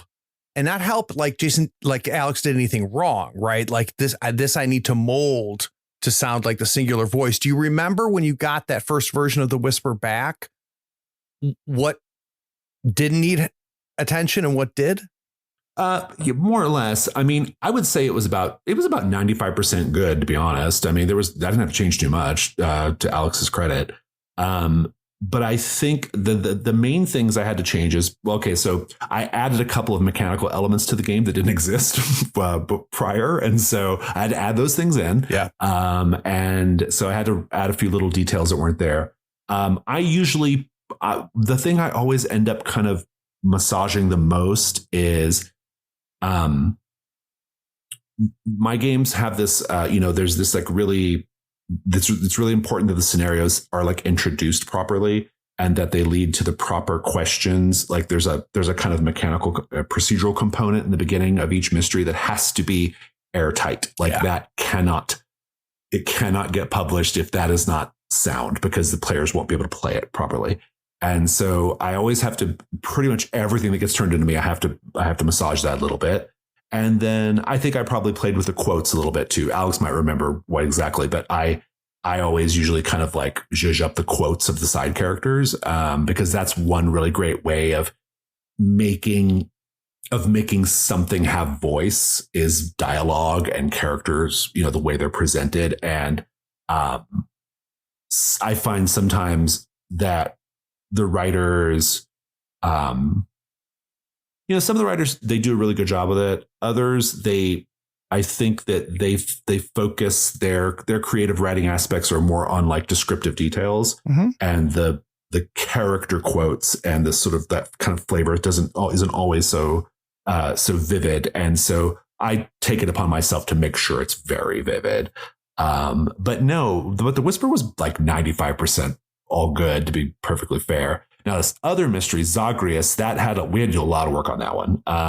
Not because it was what Alex turned in was bad. It wasn't, but it's far and away the most complex of the mysteries. It's the most complex structurally, mechanically, procedurally. It's the most complex. And so it was a big task to give it to Alex to do.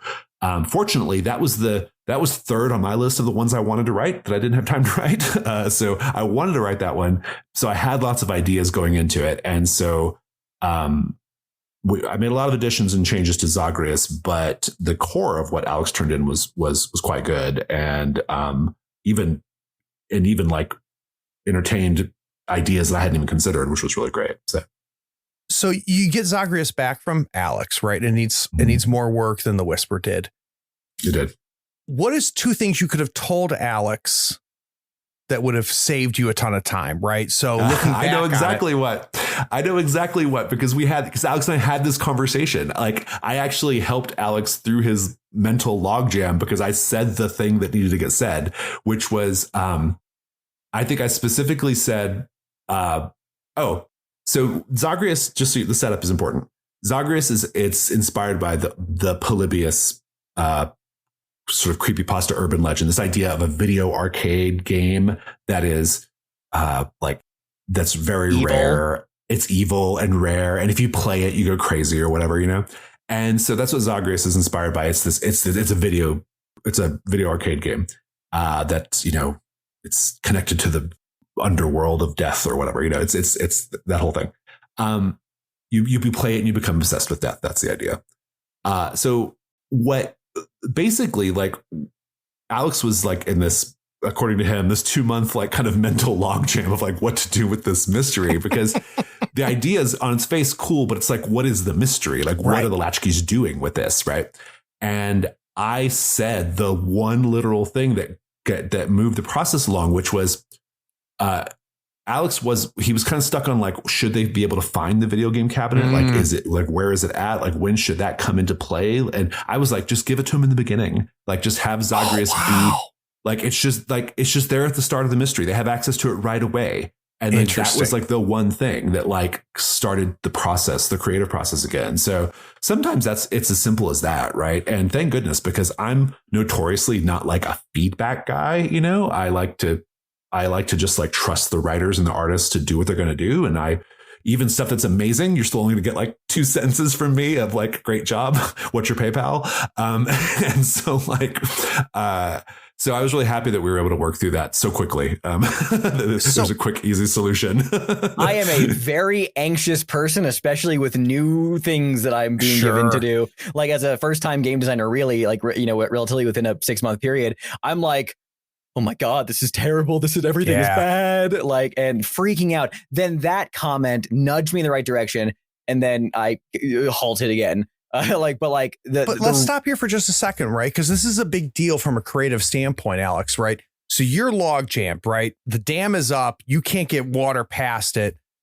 Jason does a drive-by, kicks one log, and suddenly... One literal sentence. Right. Like, how about this? And suddenly it makes sense. So I want to go back to that moment, though, Alex, when you're jammed up and he goes, just give him the game. Yeah. Like, what happens to you when that cold water hits your face? What does that tell you? How do you go forward? Do you remember? Yeah. So here's the thing. I read the idea for Zagreus as the initial prompt. And I remember seeing Jason tweet about the idea for Zagreus even before then. So I was like, okay, what was that vision? Like, what was that original like snippet as well? Okay. And because I think even then mentioned like, yeah, if they find the machine, they get to unlock a custom move where they get to play it. And I was thinking, okay, that's fun. Now, when he says, what if they just have it from the get-go? I was like, yeah, what if they just have it from the get-go? That's really cool, because then I'm like, oh, yeah, then I can do this setup in a real. Okay, well, that makes me know how to introduce this thing, because originally I was like, where's the intro? And I'm like, well, the intro is now, hey, the game is being showed off. You want to go play it? That kicked things off, and like that began to like point me in the right direction with where I feel like the bones of Zagreus were. Because prior to that, it was a lot of information on the page. I was like, this was the one that was the hardest for me to write because, as Jason's already said, the most complex, but also because this is the one that felt the most important to me, because it's the one that felt the most like a creepypasta story. The one that felt like it was something I would have loved reading about on r/no sleep, or, seen like videos about on YouTube, back in the day. I was very invested in like wanting this one to feel the most like this is a horror story that's straight out of this time period. And that kicked things off because then I knew that, okay, we're going to play the game from the get-go. How does that influence the mystery? Where do things go from there? Because I always want beyond the introduction, which is like the introduction to the mystery. That's the second most important thing is how does the investigation of the mystery keep feeding back into the overall like gameplay loop of all the things that are happening? That's like the most, second most important thing for sure, because now they can play the game. Great idea. What does that mean for them? Right. Yep. So that was like that's where I kicked off from. Yeah. It was absolutely the most challenging mystery to write. I mean, like, because I had not just like given Alex the task of just writing a mystery scenario, which is, Brindlewood Bay style scenarios are, I think, generally pretty easy to write because they're so modular, right? You just kind of write in pieces. This one like entertained and implied the existence of lots of extra rules, right? Yeah. Like the characters are going to play a video game that has to mean something in the mechanics and the gameplay, right? You can't just say, I mean, you could just say, okay, you played the video game. It was fun. No, you have to make it special. Like they're going to play Zagreus. So that has to mean something at a game level. Right. And so it was absolutely the most challenging one to write for that reason. And, ultimately we kind of got there together, what it needed to look like. It was a fun challenge though. Yeah. Real quick though. So looking back on it for the two of you, right. And this is going to get back into a theme you just talked about earlier, Jason and Alex, which is you guys are battling over this. Alex takes a first swipe. It goes to you, Jason. You throw a new idea that gives Alex a new perspective. He hinted at meeting another log jam. What was the one piece that ended it, right? What was the one piece that brought it all together? It sounds like for the two of you. Well, for me, the biggest issue I was having were the questions still, like, because the questions that you need to get clues to answer, like, because that's the hardest part of writing any scenario for these games is the questions. They need to be thematically appropriate. For me, the big original hurdle there was like, okay, what does it mean? How do we resolve this? What is the solution to this? What is the mystery? Because like the mystery itself is like, yeah, there's these disappearances from the 80s. There's this evil arcade cabinet. What is the thing that will end this? Like, what are we doing here? And I was already having ideas for like the video game mechanics of like what the move looked like. And I was stuck. I was 2 months over the original deadline, like stuck with ideas because I'm like, I don't know what I want to do here. So once again, bringing the genius of our friend Meg into the mix here, I get her into a call and I'm like, here's Zagreus. Here are my ideas. Let me rant at you for an hour and you can tell me if you think I'm missing anything, if there's something obvious that like, it was my like, Always Sunny Pepe Sylvia moment of my like clue board behind me, the string being like, is there something going on here, Meg? Yeah. And I ranted at her and she just kind of like politely nodded and listened and was ultimately, she said, what if you lean into the myth of Orpheus? And I'm like, what do you mean by that? She's like, the idea of like a descent into the underworld, because you're leaning a little bit in like the idea of, the game is about escaping from the underworld, because also it was inspired by Hades, the name Zagreus and all that. And that immediately gave me one question, which was, oh, now I know how to give them the move as opposed to just from the get-go. Now I know that, okay, now there's a question that unlocks that custom move because there's a secret hidden game within the game. So that was like, okay, the idea of like, oh, there's a descent involved. Oh, okay. So it's like, that gave me the idea for the cabinet. Then for the mystery resolution, the idea of the Orpheus myth, I really sat with that because I wanted there to be this like under thing. I wanted it to feel like there was just a sense of like sorrow and like somberness beneath the whole mystery. In addition to like the evil of this arcade cabinet, I wanted there to be a feeling of loss. And I remember specifically, I sat with that for a while. Because the mystery deals with, missing kids. It deals with current obsession. It deals with just sadness and things like that. Very dark themes. And I thought about it and it clicked for me finally once She had said that to me and I sat with it. The idea of the best creepypastas, the best internet horror stories I've ever read are the ones that end on a note that don't make me feel good. It's like that the journey to get to this ending hurt me in a deep way. And that was finally where I got the actual mystery from, which is cool. Because as far as I know, this is the only mystery in any CFB game that is the most complex to solve, because it does not have, it's like a CFB mystery either has like, here's a resolution question out the gate, or here's a question you need to answer before you can resolve it. Mine is like, for Zagreus, the questions you get, neither of them go any direction for solving the mystery, but like you have to play the entire game first. Because the final question that you unlock, the only one that lets you resolve things, are what is the awful truth of the Zagreus disappearances? And the resolution, I thought about it for a while. I'm like, how does this resolve? And I felt like the one that was the most impactful, the most in keeping with that, like, it's like somber theme, and just the idea of this should feel like heavy, or like it sits in your gut, is just, you resolve the mystery by posting about it online. You are going to just, here's you found the answer. You don't get to save the day. There's nothing to happen. And literally, you now make a creepypasta. You go tell the internet what happened to you and what you found out. Yeah, the resolution is really great, because it's you don't get to rescue the kids that went missing back in the 80s. You don't get to the most you can do is just like, well, I kind of figured out what's going on here. You add to it, right? That's it. Yeah. And you add the mystique.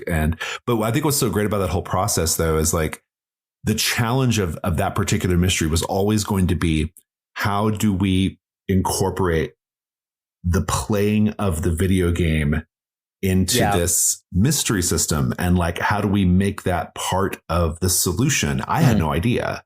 And I think that the Descent of Orpheus is such a great like way of like kind of like sort of contextualizing like how to think about it, and so now when you do it, you play you quote unquote play the game. It's a series of moves and narrative prompts, and you descend, and then you get to the bottom, and you get to the last level, you learn what really happened, and then that's it. You just learned what happened. Yeah, writing the mechanic for it was interesting, because I wanted it to be like fun, but also not too heavy. So it ended up just, it's mostly narrative prompts of like, okay, here's descriptors. And then, but then I was like, okay, but like kids went missing while playing this. So I wanted to make sure that the move felt dangerous, which I believe is just like, there's like a bunch of levels, but each level you complete adds like a penalty to your roll. Yeah, it gets harder and harder. It gets harder. Like it feels like you're playing a video game. Like every level gets tougher and more bizarre and But here's the big thing that ultimately at the end of the day with designing this thing, I got everything on paper that I felt like I could do, and I still did not feel like I unlike the Whisper, unlike the King in Shadows, I was like, here's my first draft. I feel pretty good about it. I literally delivered it to Jason, being like, I have deliberated over this to death. I have gone over this 100 times. I have no more ideas in my head. If I look at this further, I'll make it worse. Yep. Take it and tell me what needs fixing. He took it and thankfully a lot. Did it. He just did it. Yeah. And then he added a couple of tweaks to the overall like structure, but like it was not like I was expecting this huge facelift. It wasn't dramatic. It was lit. My favorite Jason inclusion to that though is that he added to the video game prompts, paint the screen questions. Oh God. How obvious is that now? You said it out loud. But it's great though, because basically it's a way of like capturing what the video game looks like, right? It's like, what does it look like to play this game? That's so good. We used every part of the carved from Brindlewood animal to make a scenario where the main thrust of it is playing a video game, right? Cool. Like, I mean, and I think that's what's really great about public access as a general matter. Public access does things that no other role-playing game has done. And I love that about it, right? Like there is no other role-playing game that does these analog horror tape. That's not a thing that exists in role-playing games that I'm aware of. No. And I love that about it. Like even I created the game and I played it and I still feel like I'm doing something different here. I'm doing something that I've never done. And I've been in this hobby for decades, and that's a cool feeling. So cool. So there's a couple comments that I have here. One, it took me a while to get Brindlewood, Jason, but once I got it, I was all in. And I figured it out. Now that I've run it, it's even more amplified. And the level of innovation that's happening right now, I have not seen since Blades in the Dark in my research. Love that. And for me, that's a huge compliment because of how much I think about Forged in the Dark, right? I am such a fanboy of the Between, and especially Brindlewood Bay. I think public access is the eclipse of the two of them. Interesting. I think public access is the biggest deal. And I could be wrong, but I don't think I am. Alex and I think so too. Yeah, I think there's shit going on here, guys. Yeah. That's a really big deal from an originality standpoint. This is a premise that you go, well, this had to have been done before. And you go look and you go, no, it hasn't. Yeah. Right. And then the way that all of you as a collective have bent the card from Brindlewood system, and I'll argue matured it with inside of the confines of public access, is also a very, very big deal. And it's a very exciting game. It's a very, very exciting game. And there's a structure that you built around it that I think is a real big deal. Before we go to break, I want to talk about a couple things. One, first, the YouTube channel. It's an incredible resource for those of you that have any interest in this system, because much like what I try to do, Jason does much better, which is not only show you the game being played, but to show you how to run the game, which is, I think, the real secret sauce to actual plays, right? That's why I watch actual plays, is I find a game, I'm like, that's cool. How do people play it? Jason does an incredible job of it. Alex does as well, often in the player's seat, which really, which pushes it, right? And you have that balance. The other thing, and this is really so I read public access. I'm like, I got to get Jason back on the show, right? And then I started listening to the Darkened Threshold. And that's where I was like, now I got to get Alex on too. Because the Darkened Threshold, I think, is a very special podcast, because you guys do what I love, is you guys lift the hood and you talk about the game. And you talk about how to run the game. You talk about the challenges the GMs have as they dive into this game. You talk about, like, this is not how you do it. This is the development process that goes through it. So for those of you that are listening right now that enjoy my angle on game design, that is all the Darkened Threshold is. And it's less than a dozen episodes right now. And it's one of my all-time favorite podcasts. And if you never run a Card from Brindlewood game, you are going to be a better GM by listening to the Darkened Threshold. So you got to put that on your list. It is excellent. In the same way, The Fear of a Black Dragon teaches you how to run games, even if you never run old OSR games. So guys, we're going to take a quick break. We're going to get to the favorite segment that's relative new, which is, what are creators consuming? We'll be right back.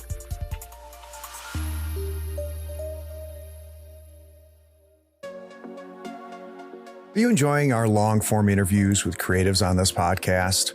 Maybe you're craving deeper discussions about our guests or some of the RPG plays on our Twitch and YouTube channel. Well, I've got an opportunity for you.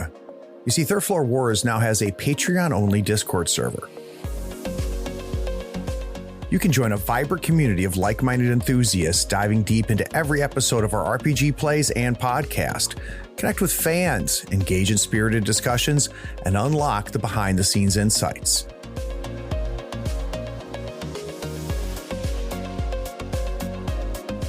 For just $1 a month, access a world of tabletop gaming goodness.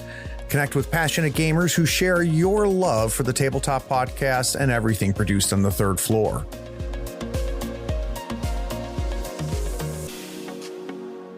As a Patreon supporter, you also enjoy ad-free episodes of this podcast.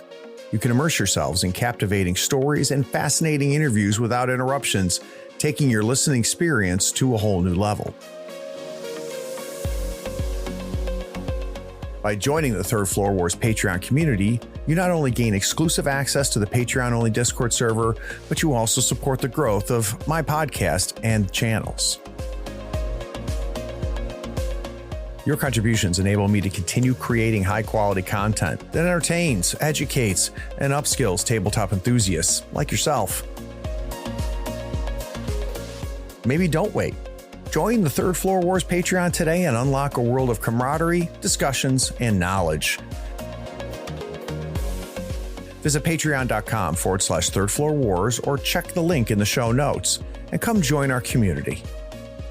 The Third Floor Wars Patreon-only Discord server awaits you. I and the other patrons can't wait to welcome you with open arms and a fistful of dice.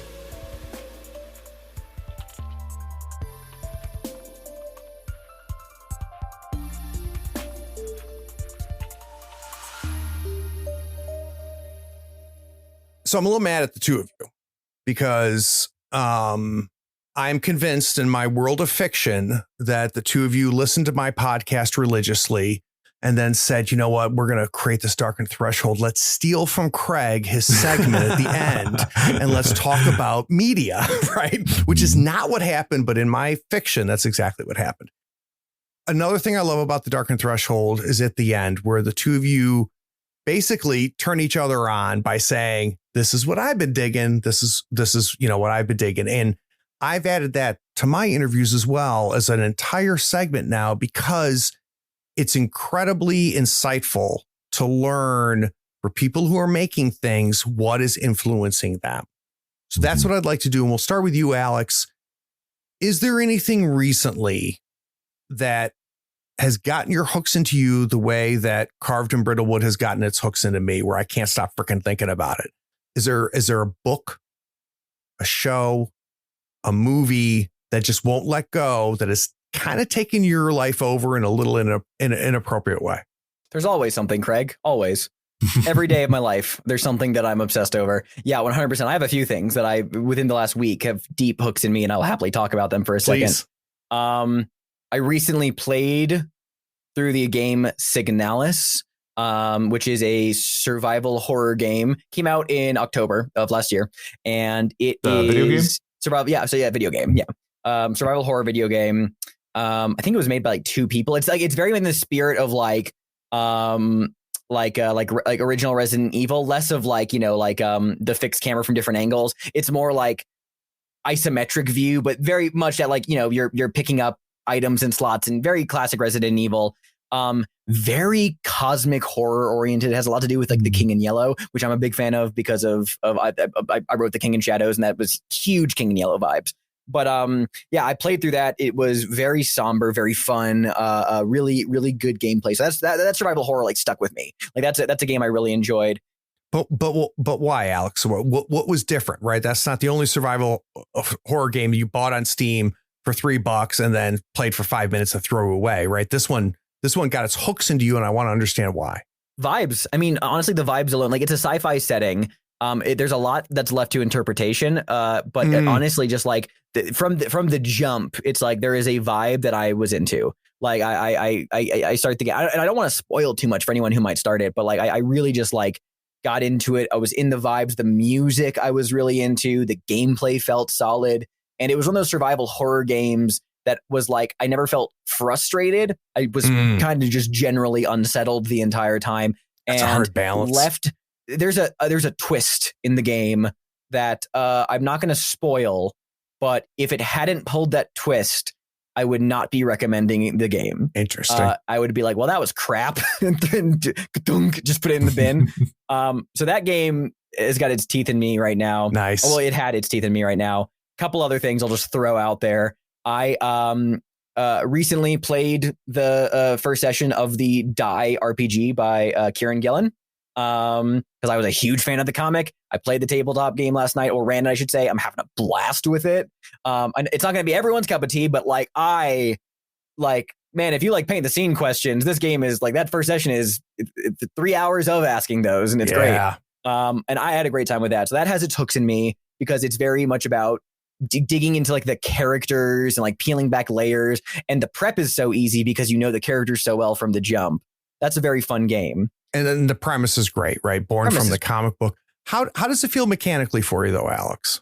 Feels fine, honestly, because like I feel like the mechanics are secondary to like what the game is doing, which is like putting the mirror back on the character and be like, this is who you are. Let's have I do think it's worth pointing out that Kieran has been a member of the Gauntlet for years, and that his sensibilities in role-playing games and design come from us, as well as Rowan Rook and Descartes. But I just want to throw that out there. I think it's worth pointing out. Well, and then you salt Grant over the top of that, and you're only going to be guaranteed good things, right? Yeah, exactly right. I mean, I honestly, I think if our publishing like apparatus had been further along, we probably could have published Die, right? Like I kind of, but it wasn't, timing wasn't quite right. But, I on the mechanic side of that, I'll speak relatively briefly because I could keep ranting about it. But I feel like, and I can't say this, objectively, this is what I've just my observation has been, is that the people who have thus far not been into the game don't quite understand what the game is doing, because like the mechanics aren't, I wouldn't like the actual like rolling the dice character sheet mechanics, they're perfectly fine. Like and it feels fine, it's fun to play, but that's not the point of the game. It's like those things are a backbone to the real meat of everything that's going on, because like I gotta tell you what, because one of my favorite little details is that if you're doing it in the intended format, which is the 2 to 4 session rituals campaign, it's like you're going to create these characters in like the first chunk of this first session, step away from the table, come back to the table in character and role play these people making their character sheets in like, that was a big deal. And that felt huge at the table. And then when it came time to actually like, go into the goth Jumanji element and get sucked into the world, and now they are doing their mechanics, the mechanics aren't this huge impactful thing because all they're doing is supporting the narrative. Right. So I think it was really good. So real quick on Die. So I knew nothing about the comic at all. And being a fanboy of Grant, that's how the Die Kickstarter came to my attention. I'm a huge comic book fan, but I'm retired. I don't stay on top of things. So because I love Grant's work, that brought me to Die. Read it. I'm like, holy shit, what a great freaking premise, right? Back to Kickstarter, get the materials. I started reading the book and I went, I need to stop. I've got to go buy this comic, right? And that's what I did. I went and got the source material because I'm with you, Alex. I think that's important. And now that I'm reading the source material and coming back to the game, I'm like, now I effing get it. Yeah, I've seen some criticism lately online of people like, I mean, they're criticizing a bunch of things, but the thing I'm specifically going to talk about is like the idea that the GM chooses who is going to play this game's version of classes. Be it like, I've seen some people criticize that, and I get it. I get like why they're criticizing it. It's the fourth page of the comic. It's the fourth page of the comic. It's like if you read the comic, and usually following the criticism I see now, I haven't read the comic, but I'm like, well, but even like the rule book says like, your players are welcome to specifically tell you that they prefer to play one or the other, and you can factor that. But it's more about like the in-character weight of like, well, and also just like the knowledge. You answered a bunch of these questions. I know your character, because like the point is not what do they want to play? It's which one are they that we're going to like, which one will shine the mirror back on them? Which class emphasizes this person's life and is all about them. So that's I'm really a big fan of the Die RPG. I'm probably going to start running a few campaigns of it. I'm very excited. The last recommendation I have, because if I keep giving you recommendations, we'll be here all night, is a quick fun tangent. I will say, I pride myself on the Dark and Threshold podcast. 90% of the things I recommend at the end of show, Jason comes back in a few weeks saying like, by the way, I completely devoured that whole thing you recommended to me. But I never remember you recommended it. Yeah, though. you never do. You never do. You're like, I recommend, watch The Last Kingdom, the Viking TV show. I'm like, okay, I listened to this thing. It was so cool. He's like, yeah, I recommended that on the Dark and Threshold. I was like, okay. So you guys are batting 1,000 right now on books. Every book you've mentioned in the less than dozen dozen episodes you've done, I have bought and I've read. I'm like, Oh, you sons of good. bitches. Yeah. This podcast is going to get expensive. I'm a voracious reader, so yeah. I like to read, but I never know what to read. So thankfully, I have Jason to recommend books to me. I'm a The voracious recommendations reader. have been great, and the movie recommendations have been fantastic as well. All right, so last recommendation, Alex. Last recommendation for me is you can look this up. You can play it for yourself if you want to indulge in the video game aspect, but you could just watch a video about it. In fact, I will recommend a specific video that I watched. I felt it's by a YouTuber called Power Pack, PAK. It is a thing called myhouse.wad.wad. Now, I'm not by the looks on your faces, neither of you know what this is. No. I'm going to give you the single sentence snapshot, and then I'll happily explain a little bit more. House of Leaves as a 1990s Doom game mod. Okay. That's intriguing. It is. It's a good pitch. It's a good pitch. So, myhouse.wad is a fan-made mod for, I think it's one of the original Doom games. It might be Doom 2. I don't know. But, it's original Doom, is one of those. And it is presented. No one knows who made this. The creator, Stop talking about public access. Alex. No, we're talking about recommendations. No. Bear with me for a moment. No one knows who made this. This sounds like a premise for a mystery. Are you serious? Like no one knows who made it? The person who posted it on the forum, their account for the last several months has been completely in character. Unbelievable. There is no name attached to this. We don't know who made it. And so the thing is, it was a forum user who was active back in 2006. They dropped off, and then this past year start posting infrequently, but it's all in character about how they've been having trouble sleeping and then they lost someone in their life. myhouse.wad is a Doom mod that was presented as hey, I had a friend, a very close friend, who died last year, and it was very tragic. And I got some of his stuff from his family, and he made. He had been working on this Doom mod. He loved making Doom mods. So he made this Doom mod of just his house. He just made his house in Doom. And that's all. And that's he's yep. So here's the level, myhouse.wad. So you can play it. And I wouldn't call these spoilers, because I especially recommend if you watch the Power Pack video, that breaks down the entire thing. This is one of the scariest fucking things I've ever seen. Isn't that something? It's some of the best horror content I've ever seen. I gotta Literally, see this. it is a you get in there, it's yep, here is this dude created his house in Doom, it's just in demons. Okay, it's cute, it's a cool little mod. And then two things are apparent to you right out of the gate. Actually, one big thing, if you know anything about Doom mods, I didn't, so I'm happy to point this out, is that the layout of the house is impossible, because in Doom, the way that those level editors work is you can't have rooms on top of rooms. Cannot. Yes, yeah. You know this. Yes. Yeah. So because it's all the levels are designed on a 2D format that are then brought to 3D. Fake it and give the impression, but you can't literally have one room on top of another. Right out of the gate, the house has here's this kitchen, and there is a room directly under the kitchen, and you won't even perceive that unless you So there are some very clever teleportation secrets happening here. It is. If I recall correctly, the file size for this mod is larger than both Doom 1 and Doom 2 combined. So it's already, why is this so huge? But anyway, yeah. So the whole thing is presented just ostensibly as, here's this mod.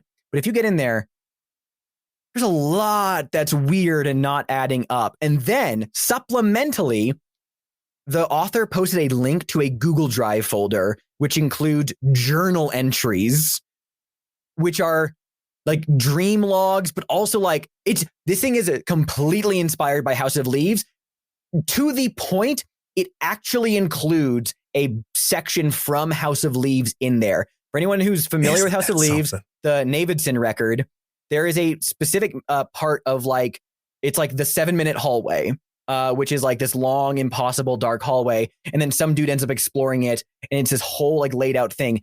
They literally put that entire section in the game as an Easter egg, where you can just, if you do some weird thing, you can do that. It's just pitch blackness, completely unsettling. I don't even know where to begin explaining this mod beyond just this initial premise of it then begins to fuck with you so much. Here's a fun fact. For no reason, every 10 minutes, the game is programmed to make a Discord alert sound. Isn't that something? Just to mess with Just you. to F with Just you. so you think, so you'll tab up like, oh, do I have Discord open? No. Isn't that funny? Weird. I highly recommend watch the video on myhouse.wad by Powerpack. It's crazy. So a couple things here real quick. One, this is why I love the Darkened Threshold, because this is the type of stuff we find out. And I'm just going to put a little salt on this. And some people listening may know this, some people may not, but I think it's the second or third level in Doom 1 is Sandy Peterson's house. So Sandy Peterson, Call of Cthulhu, Sandy Peterson was actually very much involved in a lot of the design of Doom 1, Doom 2, as well as I think it was Age of Empire, if I remember correctly. But if you go to like the second or third level of Doom 1, it's literally Sandy Peterson's house. So I wonder if there's that layer in here as well, right? There's a lot going on. It's crazy. Highly recommended. There's so much. I'm not even scratching the surface. Like, dude, what a great hook. That was good. Just go watch this hour and 42 minute video. Yeah, it's crazy. All right. So what has gotten its hooks into you, Jason? Okay, so I'm a reader. I'm a voracious reader, and on Darkened Threshold, I usually do the book recommendations, and I've got one here as well. I have lately been obsessed with the horror books of Grady Hendrix. Your listeners might know who Grady Hendrix is, but Grady Hendrix is a writer from, I believe he's from Charleston. All of his books are set in Charleston, or most of them are. And he just does what I love in horror, which is he combines humor with the scares, and he does it in a really cool way. He combines really cool, like, visual elements. We recommended one of his books on the show, Horror Store, which is like the haunted IKEA story. That was the most recent episode. I haven't had a chance to read it yet. Yeah. It's Horror Store is like, that's actually not his best book, but it's still a quick read, so it's worth doing. But the one I'm going to recommend, which I finished a couple weeks ago, is called The Southern Book Club's Guide to Slaying Vampires, and love it. So good. He does this thing, which you'll see why it appeals to me because of Brindlewood Bay. He does this thing where, like, he takes, like, women, especially who are like in like really ordinary circumstances, like a book club in Charleston, and then puts them in like a horror circumstance, right? Like he takes this normal, ordinary group of sort of suburban Southern women and puts them in a scary situation. And I love it. And, he just has such a great voice. He's so funny, but also scary. And so it's just great. Really, really highly recommend that one. So real quick on that, Jason, I want to ask you a couple things. One, part of the reason that I love horror and sci-fi and fantasy as well is every story is about now, right? So I'd be curious for this author that's speaking to you and being very specific about finding female protagonists. Do you get a sense of what it's telling us about now? Is there an underlying premise here that's being extrapolated out in this horror story? Does that make sense? I think so. Yeah. I think, you know, when a lot of people talk about the horror genre in general, they always want to like connect it up with like, what is, you know, what's the zeitgeist here that it's tapping into. Right. I don't know if that's so much the deal with Grady Hendrix as much as it, and I don't even know if I personally care about that part of the horror genre so much personally. It doesn't affect my enjoyment in any case. I think for me, what maybe Grady Hendrix and I share in common is we like for our horror to have a nostalgic reference or an entry point or something that kind of, I call it inviting you into the horror, right? And he's very, very good at that. I mean, and I think in that sense, he's a really great horror author for this moment and our time right now, because I think there are a lot of people, especially younger generations, who didn't have the same entries into the genre like a lot of us older people do. And they need to find their entry into the genre, you know? And this is one of the ways that it can be done, right? It's through this like, there was discourse recently about this idea of cozy horror, which is like, I didn't love that discourse because it's sort of dismissive of horror as genre, but there is something. Yeah, it's very silly. We could do a whole podcast on it. Keep going. Very silly. But there's something to be said about, I think what that discourse misses is there's something to be said about new generations of viewers and listeners and readers needing a way into the genre. Yes. Like I had my way into the genre. My way into the genre was the heyday of like 80s and early 90s horror films, right? That was my entry point. And so I think that like this is a good entry point for like young people in 2023. It's this kind of stuff, you know. Just like YA horror books. I've been reading a lot of YA horror, and it's got a lot of those same qualities. Like here's your entry into the genre, so I love it for that reason. My other recommendation is going to be a podcast that I've been obsessed with lately. It's called The Evolution of Horror. It is. I love this oh my God, so Jason! It's so good. Please go. Yeah, it's so good. I'm out of the loop, but I just discovered it. I just discovered it. I just discovered it because I made a road trip recently to Tennessee for our annual writing retreat, and I needed something to listen to on the road trip. So I always pick like one year I did the black tapes, like that's when I listened to the black tapes. This year I picked this podcast, and what it is it started in like 2017, and it's been going ever since, as far as I can tell. But what it is the host, very charming guy. It's a British production as well. That's worth pointing out because that's really important in terms of like the viewpoint.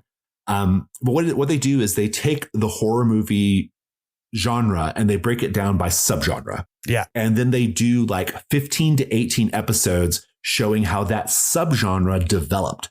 And so the first cycle they did was slashers. And so they started at the very beginning of like pre-slasher, like movies that were like the proto slashers. And then they move through the slasher, and they talk about, and they go deep, like they go super deep. They have like very knowledgeable guests, and they go really deep on like how this subgenre developed. I'm in the middle of the ghost subgenre. I'm just about done with ghosts.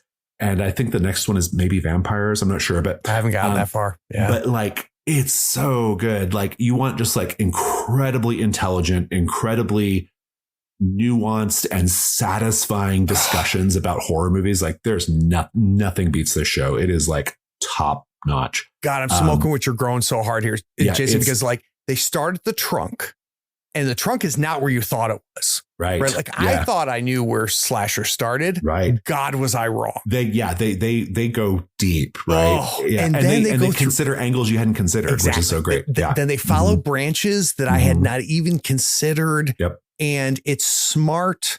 I think the secret sauce is obviously he understands it all, but he's very smart in bringing guests in. He gets the right people in that are outside the orbit too. People you wouldn't think you'd bring in to talk about psychologists slashers. And like academics. Yeah, it's so good. Great recommendation. Just you can do so much worse with your time than listen to The Evolution of Horror. And I've just started. I'm so excited. I've got like 4 years to catch up on. I'm thrilled. And my last recommendation is actually kind of a cheesy recommendation, but I'm going to justify it pretty well, I think, is Trophy. That's one of our publications. We co-publish it with Jesse Ross. It's our it's 2 games, Trophy Dark, Trophy Gold, horror fantasy thing. The reason why I'm recommending it and why it's been in my obsession lately, and it has been, in addition to the fact that I run it, the Trophy, it's no secret that Trophy was my bête noire for a while because we were having such a hard time getting it done because it was in the middle of the pandemic and it was just a very hard project. And I think because of that, when it was finally done, I was just like, I'm done. I cannot look at Trophy. I can't look at Trophy. I can't think about Trophy. Like it's done. I'm moving on to Car from Brindlewood. Like Trophy is not in my orbit right now. But I have to say, like, I've been running this like kind of big, like kind of West Marches style campaign for Trophy. And we made something really special. I mean, we made something so fucking special. And going back into it, like for just the pure pleasure of like doing a campaign and playing it, I'm falling in love again with this game that was so much work and so much effort and which I grew to resent a little bit. Yeah. But now I'm back at it and I'm like, man, it was a slog sometimes, but we created something truly special. And I wish more people knew it, So out of curiosity, Jason, like, because you come in very biased at that point after being through all of it. And that's no fault of Trophy. In both directions. Yeah. What was the hand that reached up and grabbed you again? So what found you again that pulled you back in and realizing what made you start that entire process from the beginning? It was my decision to run to take all 3 books, Dark Gold and Loom, which is the setting book, and to do a full, like a campaign that combines all 3. I was like, you know what? That's what we intend to do. I'm going to put this on my YouTube channel so other people can see how to do it. That's always what I do on my YouTube channel, show other people what to do. And so I had to engage with the books again. I had to engage with them in a way that they were meant to be engaged with, not me finding typos, right? You know, like I got to engage with them in the fun way. And so, and that caused me to go back and reread things and look at things with fresh eyes and start thinking about things and in a way that like where I could enjoy it. And it was like a pleasurable thing to do. And that's when I was like, I slipped back into it and I was like, man, we just made something so cool. Oh, that's and, cool. You know, and I'm really happy that like I've rediscovered how much I love it, you know, and that's been great fun. Yeah. So everything that we've talked about, all of you listening already know. You scroll down, all the links are down there. So you can go chase all of these great recommendations as well as the games that we've talked about. Jason and Alex, there's a long list of cool shit to do on a Monday night that doesn't include talking to me. So I want to really thank you guys both for taking the time. Yeah. Thanks for having me. No, seriously. Thank you for having us. This was fantastic. I'm glad. And the last thing is you're listening right now. You listen to this whole thing. We're done. I appreciate you listening. Take care.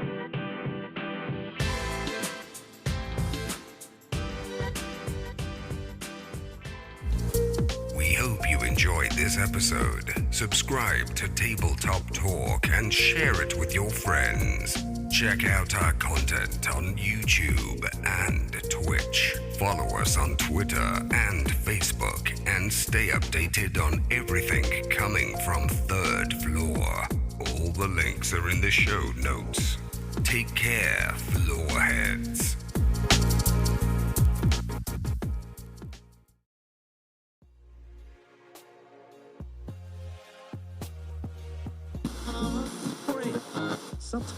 Alex, that was a great first segment for being brand new to the show. I really appreciate it, man. Yeah, no, thank you. Absolutely. I'm happy totally to leaned into talk. it, which I appreciate it. I like talking, so Came always to happy the right do it. show. Yes, very good. No, but that's the kind of thing we do, right? I love it's the stories and that informs everything. So that was great. Sure. It was great questions, Craig. Yeah, Really. no, really, your You're one questioning of was the- fantastic. You're one of the best in the business. So Stop questions. it. Not that I've ever been like interviewed before, but like those are great questions. That means a lot, Jason. Thank you. Yeah. All right, I'm going to bring us back. Oh my God, guys, you guys are really good at this. Thank you. That was You an are too. incredible segment.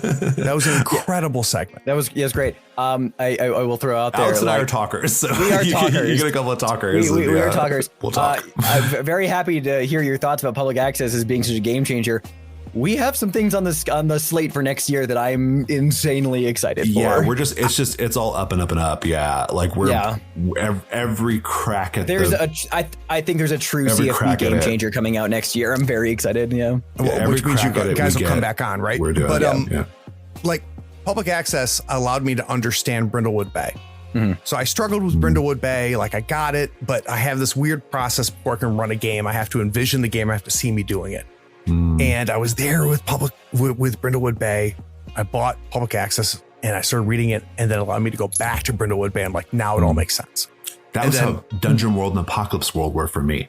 Like Dungeon World is That's a how I great way. figured out Apocalypse World. Yeah, yeah. Exactly what I mean, Jason. That's exactly what I mean. But, and I'm blowing smoke, guys, but like, I think public access is a big deal.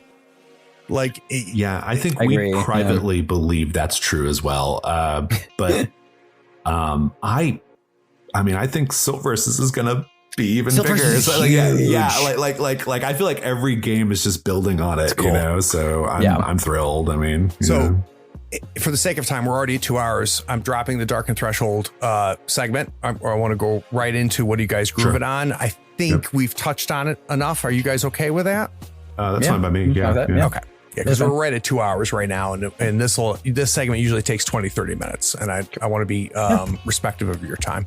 I mean, I think we probably conveyed what the show is Yeah. like. Just I us agree. chatting. Because Yeah, there's not much else to throw out there other than like you hit the nail on the head. It's like the show teaches you not only how to play, but why. You know, Why, like here's the yeah, why behind it. You know, like yeah. And I probably will say this on mic, but if I don't, I've never felt more prepared for running a game on my channel as I was for Brindlewood Bay. Love Good. that. And that's because of the work that all of you do, not just the two of you. I learned how to run the between because I watched Jason's APs. Yeah, absolutely. Like this. Yeah. All right, I'll bring us back.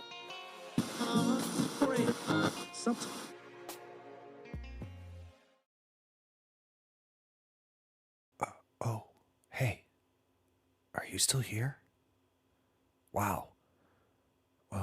Well, the episode is over, but if you're bored, why not go to patreon.com and support the show for as little as $1 a month? Yeah, you can just scroll down and get the link.